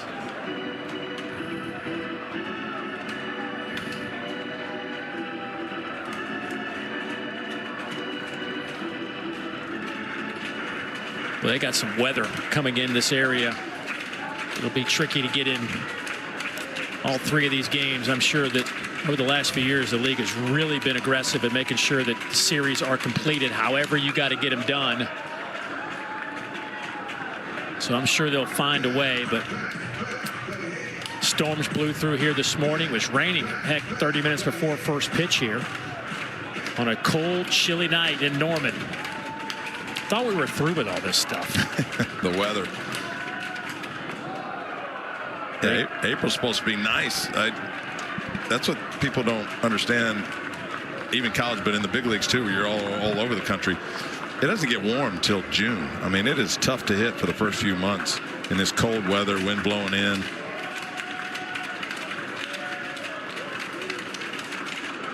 The 1-2 lined off the top of the glove of Dawson Willis. That'll get to the warning track, scooped up there by Harris. And how about the day for Hernandez? Back-to-back doubles now. Guy can hit. Big 3 years at Indiana State, transfers in this year. A great defensive catcher. Look at him pull the hands in, get the barrel. That's something you really can't teach. That's just repetition. Middle in. Pull the hands in first and then attack the baseball with the barrel. Perfect spot down the line. Second double of the game for Luis Hernandez out of the 7 spot. You get production like that from the 7 hole, and man, you're going to do some damage. 4th double of the night for LSU. And speaking of nights, it'll be over for Kyson Witherspoon. Pitched well. I mean, let's not forget here. LSU is one of the best hitting teams in the country, 3rd in terms of batting average in Division I baseball. They lead the Southeastern Conference, and Witherspoon will leave with 4 strikeouts, 1 walk, and 6 innings, trailing 2-0. 6 innings, only gave up the 2 earned runs. 100 pitches right on the nose, and just really impressive from Kyson Witherspoon. We said he's one of the best in the league, and this is why. The cutter on the inside corner, the slider and cutters that he's burying on these guys. The changeup away from the left-handed bat. Struck out a really good hitter, Derek Curiel, right there, up in the zone. Just kind of thinks along with the hitters. He's got 98 miles an hour in his back pocket on that fastball and can manipulate the fastball in different ways. But just the accuracy and the ability to miss bats. Kyson Witherspoon, one of the main reasons all these guys are here to watch him tonight, and he's going to make a lot of money at the next level.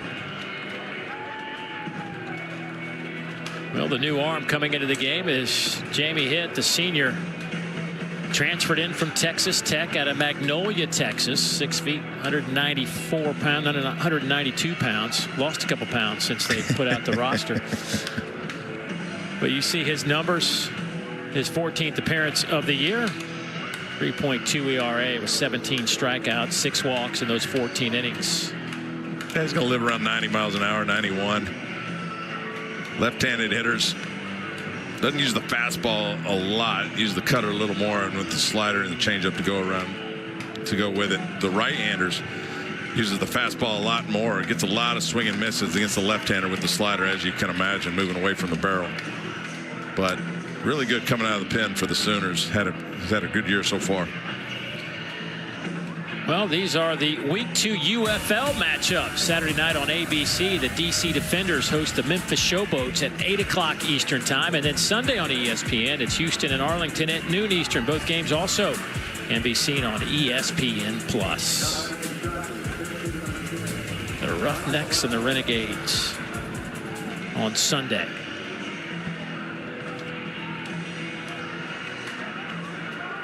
Michael Braswell will step to the plate. He will take over at third base as he hits for Tanner Reeves. Braswell now in his 2nd season with LSU after 2 years at South Carolina. He squares up to bunt. Boy, and did he do a nice job on a pitch that was down at his shoelaces. How did he get a barrel on that pitch? Right off, cold off the bench too. First pitch he sees. Almost bounces, and he puts a perfect bunt down the third baseline. Look where this pitch is. I mean, if they weren't expecting that, that was picture perfect. But of course, Willis jumps all over it for the first out. But that gets Hernandez over to third base, similar to what they did the last time Hernandez doubled. And now they'll turn it over to Stanfield, who drove in Hernandez back in the 5th inning. Swing and a miss here. A 9-hole hitter.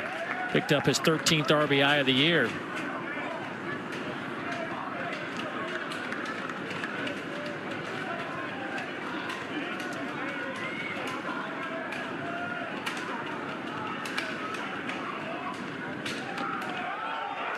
Oh, they got the runner tied up. Stanfield missed a sign, and they get Hernandez. And Stanfield looks in the dugout like I didn't see it, and Hernandez is thrown out at third. Yeah, we mentioned they made that call on Stanfield last week against Mississippi State. It wasn't a squeeze, but it was more of a safety bunt. And that looked more like a squeeze call. Hernandez took off. Stanfield didn't see the sign, and he's dead to right. Stanfield got the job done last at bat with the double down the right field line with one out in the same situation. But they're trying to get him to bunt the third run across and just missed the sign. And it's 0-2 on Stanfield. And he looks at a called third strike. Somebody missed something.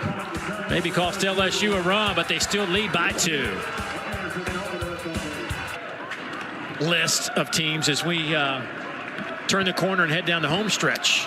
Hey, look, they won't host, but don't sleep on the Southland Conference either. We talked about that earlier. They got some good teams. University of Texas Rio Grande Valley is top 20 RPI. That's out of play to Dayton Taki.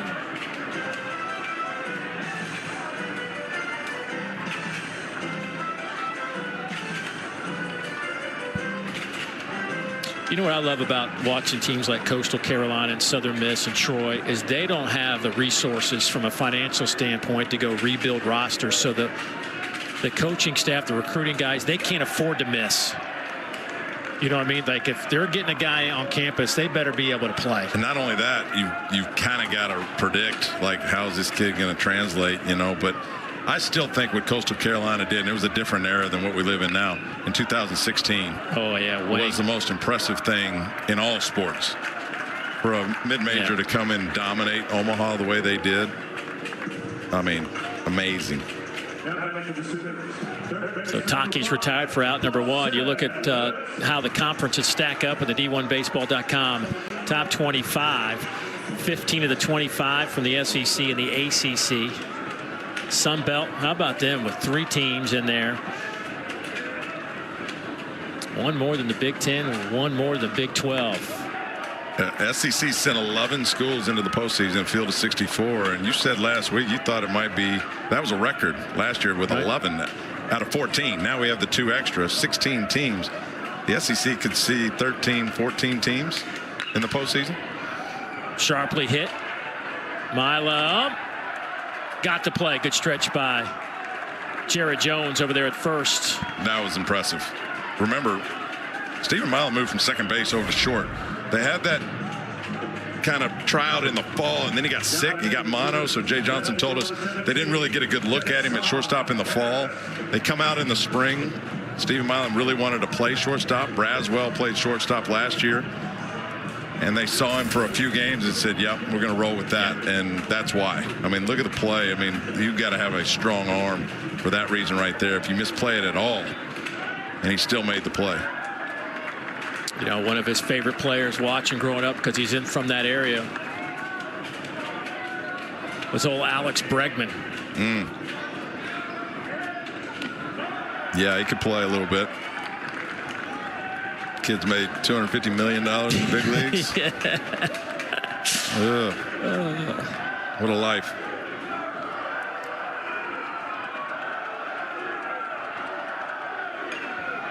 Fouled off at the plate from Harris. He's behind 0-2. Pitch count up to 104 for Cade Anderson. But it really has worked out well for LSU. I guess if there was a question mark, it was the left side of the infield. But Milam and Braswell, and of course, Reeves and Braswell are in a platoon situation at third, have been really solid. It's new season high pitch-wise for Cade Anderson. 105. He'd gone back-to-back games with 101. And if he can get through this inning, oh, that's just off the plate. Well, and he needed this, right? He's had a great year, but he had a rough start last week by his standards. 4 innings pitched against Mississippi State, gave up the 5 runs. And then this game didn't start off pretty. Had the bases loaded, got out of it. And then for Cade Anderson to still be out there. Well, if you're Jay Johnson, this sets up perfectly, right? You could get Cade, hopefully get him through the 7th if you're Jay Johnson, and then turn it over to Cowan on the back end for a couple innings, get 6 outs. Swing and a miss. Another strikeout. That is 13. Just dominant. The fastball, the sliders away to the left-handers. Look at that elevation.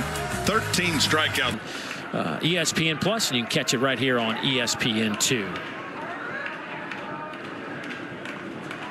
Here it's 2-0 LSU. Game 1 of this 3-game series. Derek Curiel to lead things off. The LSU lineup flips over again.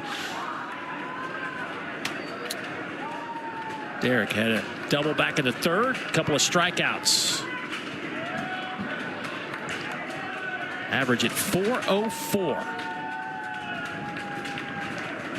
Guy behind him is also hitting 400.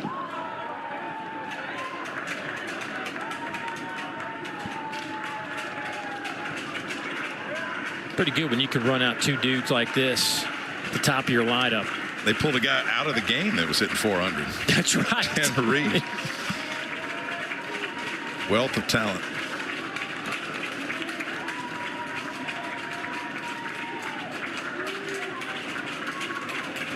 James hit.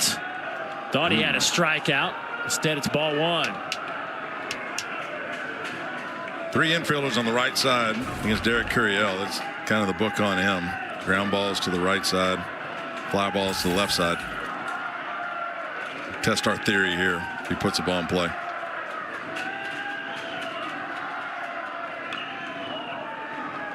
A fastball fouled off 92 miles an hour from the left-hander. James hit.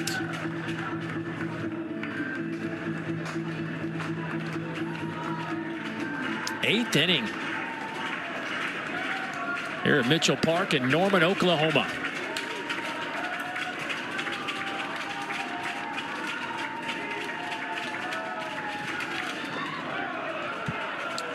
Two and two. Oklahoma won 11 straight games out of the gate. Got off to a great start with a revamped roster. Sitting in the middle of the pack in the SEC with a 5-4 conference record, ranked 10th in the country. Boy, hit knew it. Busted him inside. First out of the inning, and the 3rd time tonight, Curiel goes down on strikes. That was a nice pitch by James Hitt. As a left-handed hitter, you see that ball inside and give up on it, and then it just comes back over the inside part of the plate. The only way to hit that is to think in your mind you're going to separate that right shoulder a little early and get the barrel out in front. But if you do that, then you're going to be susceptible to everything out and away and the sliders. And so generally with 2 strikes, left-handers looking out over the plate, and that's a perfect pitch for James Hitt for the first out.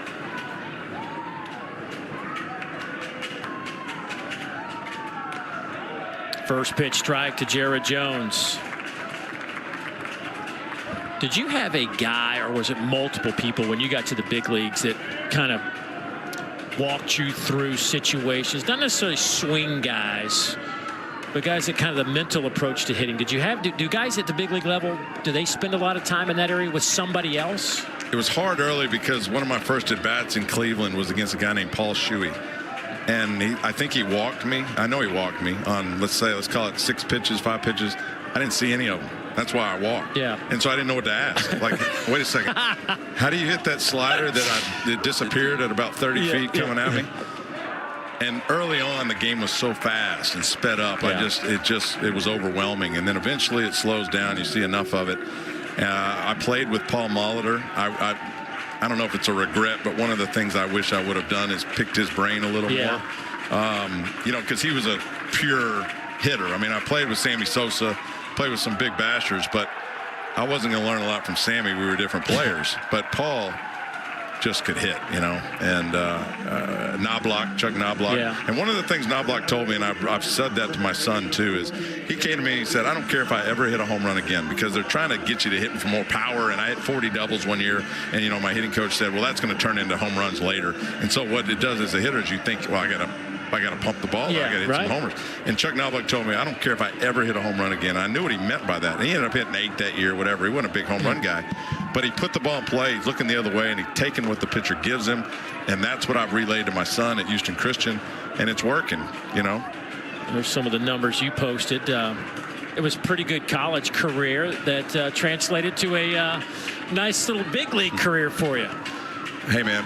When I got to LSU, my sole thought was, and all of the stuff we have now with the analytics and launch angle and exit velo, I just didn't want to strike out. I went into college. Simplify it. Yeah, that's maybe I was naive, but I said I am not striking out, and let the rest play out, and worked well for me. But I think you get too much information and you're in trouble. And so for me, it had to start with putting the ball in play every time. I'm not smart, but I know if I put the ball in play in 100 at bats every time, you're going to hit for an average. I like that philosophy, though. Just don't strike out. Easier said than done, for sure. But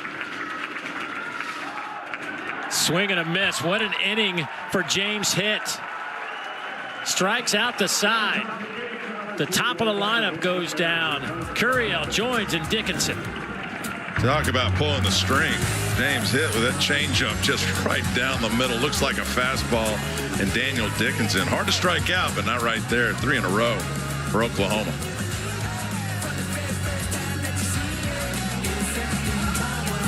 Nothing because of this guy, Cade Anderson. What a night. He's back on the mound. But, Todd, this has been just about a flawless performance as we've seen all year. Started off rough. 2 base hits and a walk. Bases loaded with 1 out, and he went to work. Struck out the last 2 to end the first inning, and since then just has been dominant with that slider, the elevated fastball. It seems like he's got more heat on that fastball as the game has gone on. Got 108 pitches, now 109 in this game. So let's go. Let's run him out there. He's been dominant after that first inning. Ties his career high with 13 strikeouts.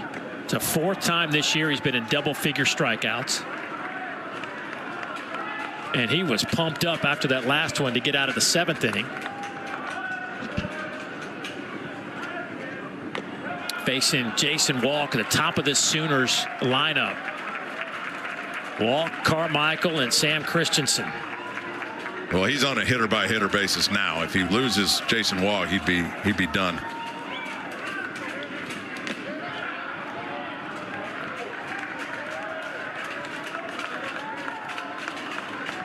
Three and 1 to count to Walk. Strikeout, ground out, fly out. Little slow roller back to the mound. Going to be a tough play. Fastball over to Bear Jones, and they get him.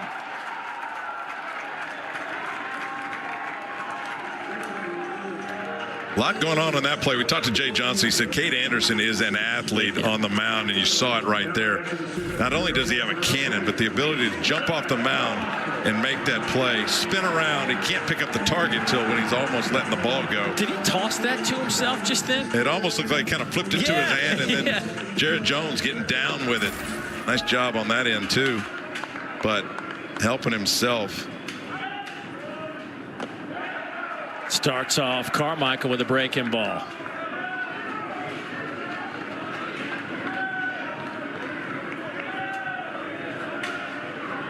Oh, and 1. Ground ball to third. Braswell scoops, fires, 2 down. Cade Anderson looked at that dugout like, just give me one more. Just give me one more. Yeah, now you got the left-handed Sam Christensen, who's had 2 base hits off of him already and a walk. So this is the one guy in the lineup that he's had trouble with. Anderson has retired 8 straight and 12 of the last 13.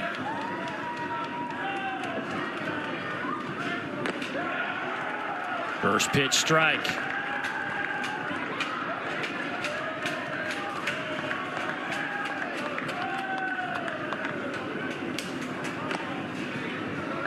Little change up off the plate. You got to imagine this is his last hitter either way. Yeah. Pitch count of 117. 1-2.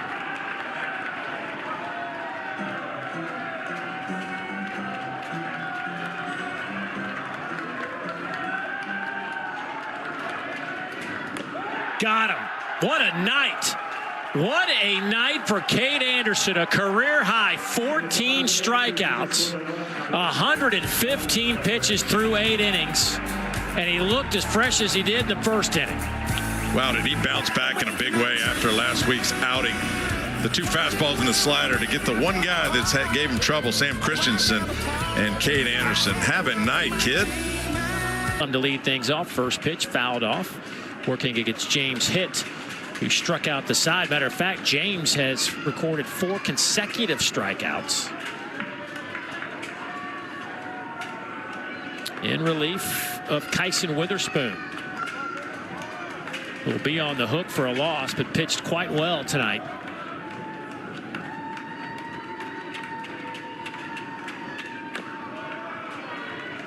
Stephen Miles worked his way up, started the year in the 8th spot, partly because of the move over different defensive position. He missed a lot of the fall. Now in the the cleanup spot. Flair for the dramatic, hit 2 walk-off home runs in the same week last year. Remember that in the SEC tournament? Then turned around the regional, hit another walk-off. High fly ball out to the right side, and that'll be Christensen making the catch for out number 1.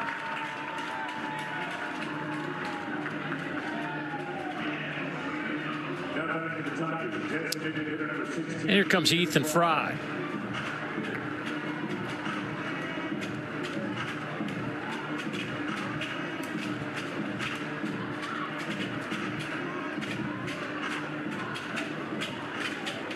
That's it. Oh, sorry. Go ahead.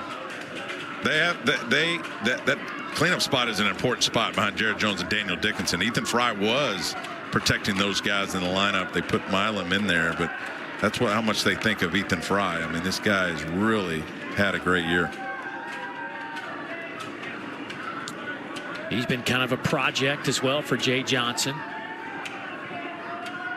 And all that work seems to be paying off here in his 3rd year, much like Jared Jones.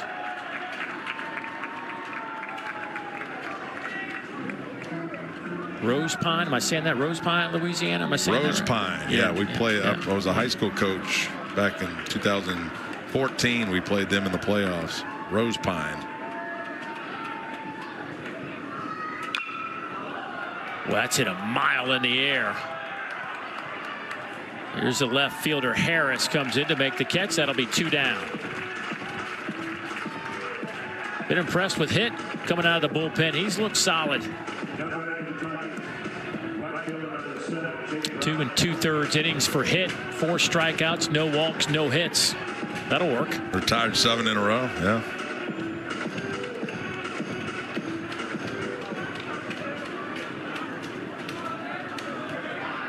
Jake Brown, the right fielder.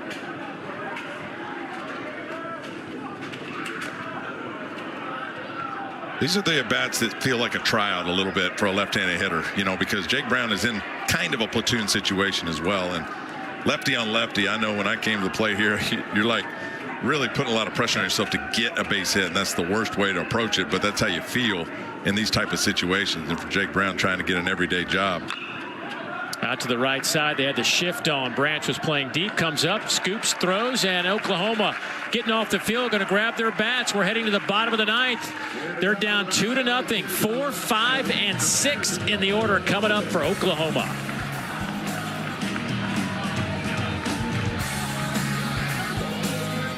And Cade Anderson back on the mound after a career-high 119 pitches, career-high 14 strikeouts. His longest stint from an inning standpoint this year, or for his career, was 6 1/3 against Missouri earlier this year in their opening series of SEC play, and he'll start things off against Jackson Willits. You and I were talking between innings, is like, you know, their coaches, they're charting his velocity, they're charting spin. I mean, they're doing all that stuff, and they feel like he's fresh enough to go back out. The secondary and third pitches for him have been great. The only thing you're looking for, like you said, is velocity. And like I mentioned earlier, it almost looks like his fastball is getting livelier, like he's getting a little more behind it. And the feedback he gives Nate Yeske and Jay Johnson is, I'm feeling great. They're going to run him back out there. And, I mean, you said it, too. It's like in this day and age, you don't see CGs anymore. Like, complete game is unheard of. Yeah, almost all the complete games we see are the 7-inning varieties. Yeah. Here's the 0-2. Busts him down and in.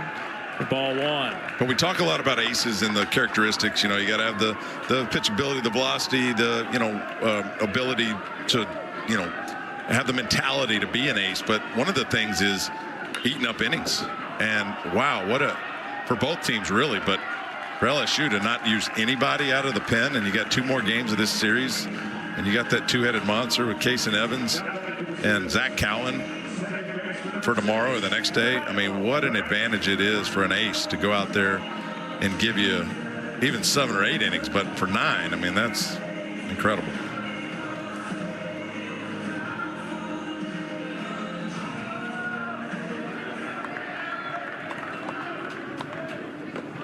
Here's Kyle Branch. Kyle, 3 strikeouts today. Seen his average drop from 333 to 324. He looks at 92.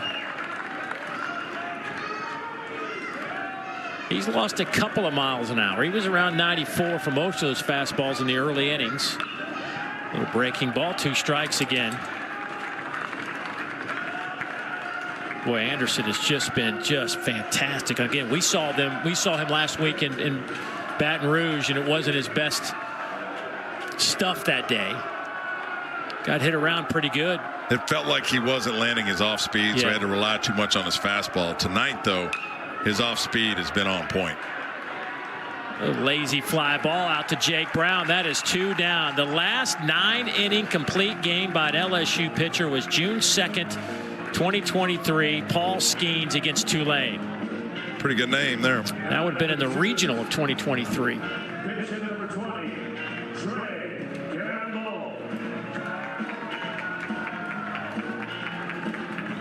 So Trey Gamble, we thought we might get a peek at him. He's a little banged up, which is why one of the reasons he didn't start today, but they're going to pitch hit him here in the 9th, and he'll look at a 92-mile-an-hour fastball. It's 0-1. And you wonder why lefty on lefty, why we would put a pinch hitter left-hander up there, and it's because Cade is more dominant against the right-hand hitters than he is lefties.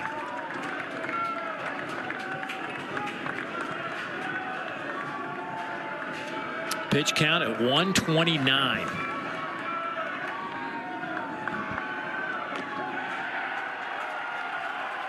The 1-2 on Gamble.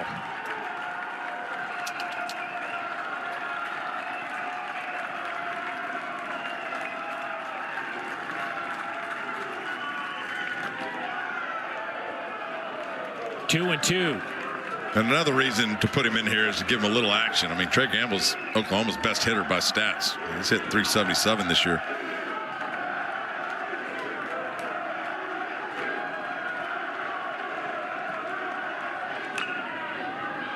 Fouls him down the line. That'll be out of play. We'll do the 2-2 again.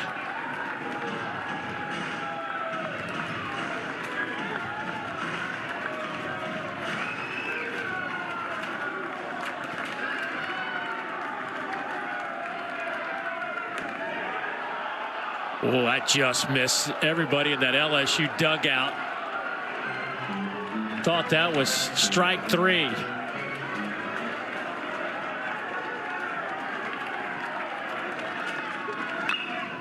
Right back to Anderson. Stumbles, fields, throws, and this one's in the books.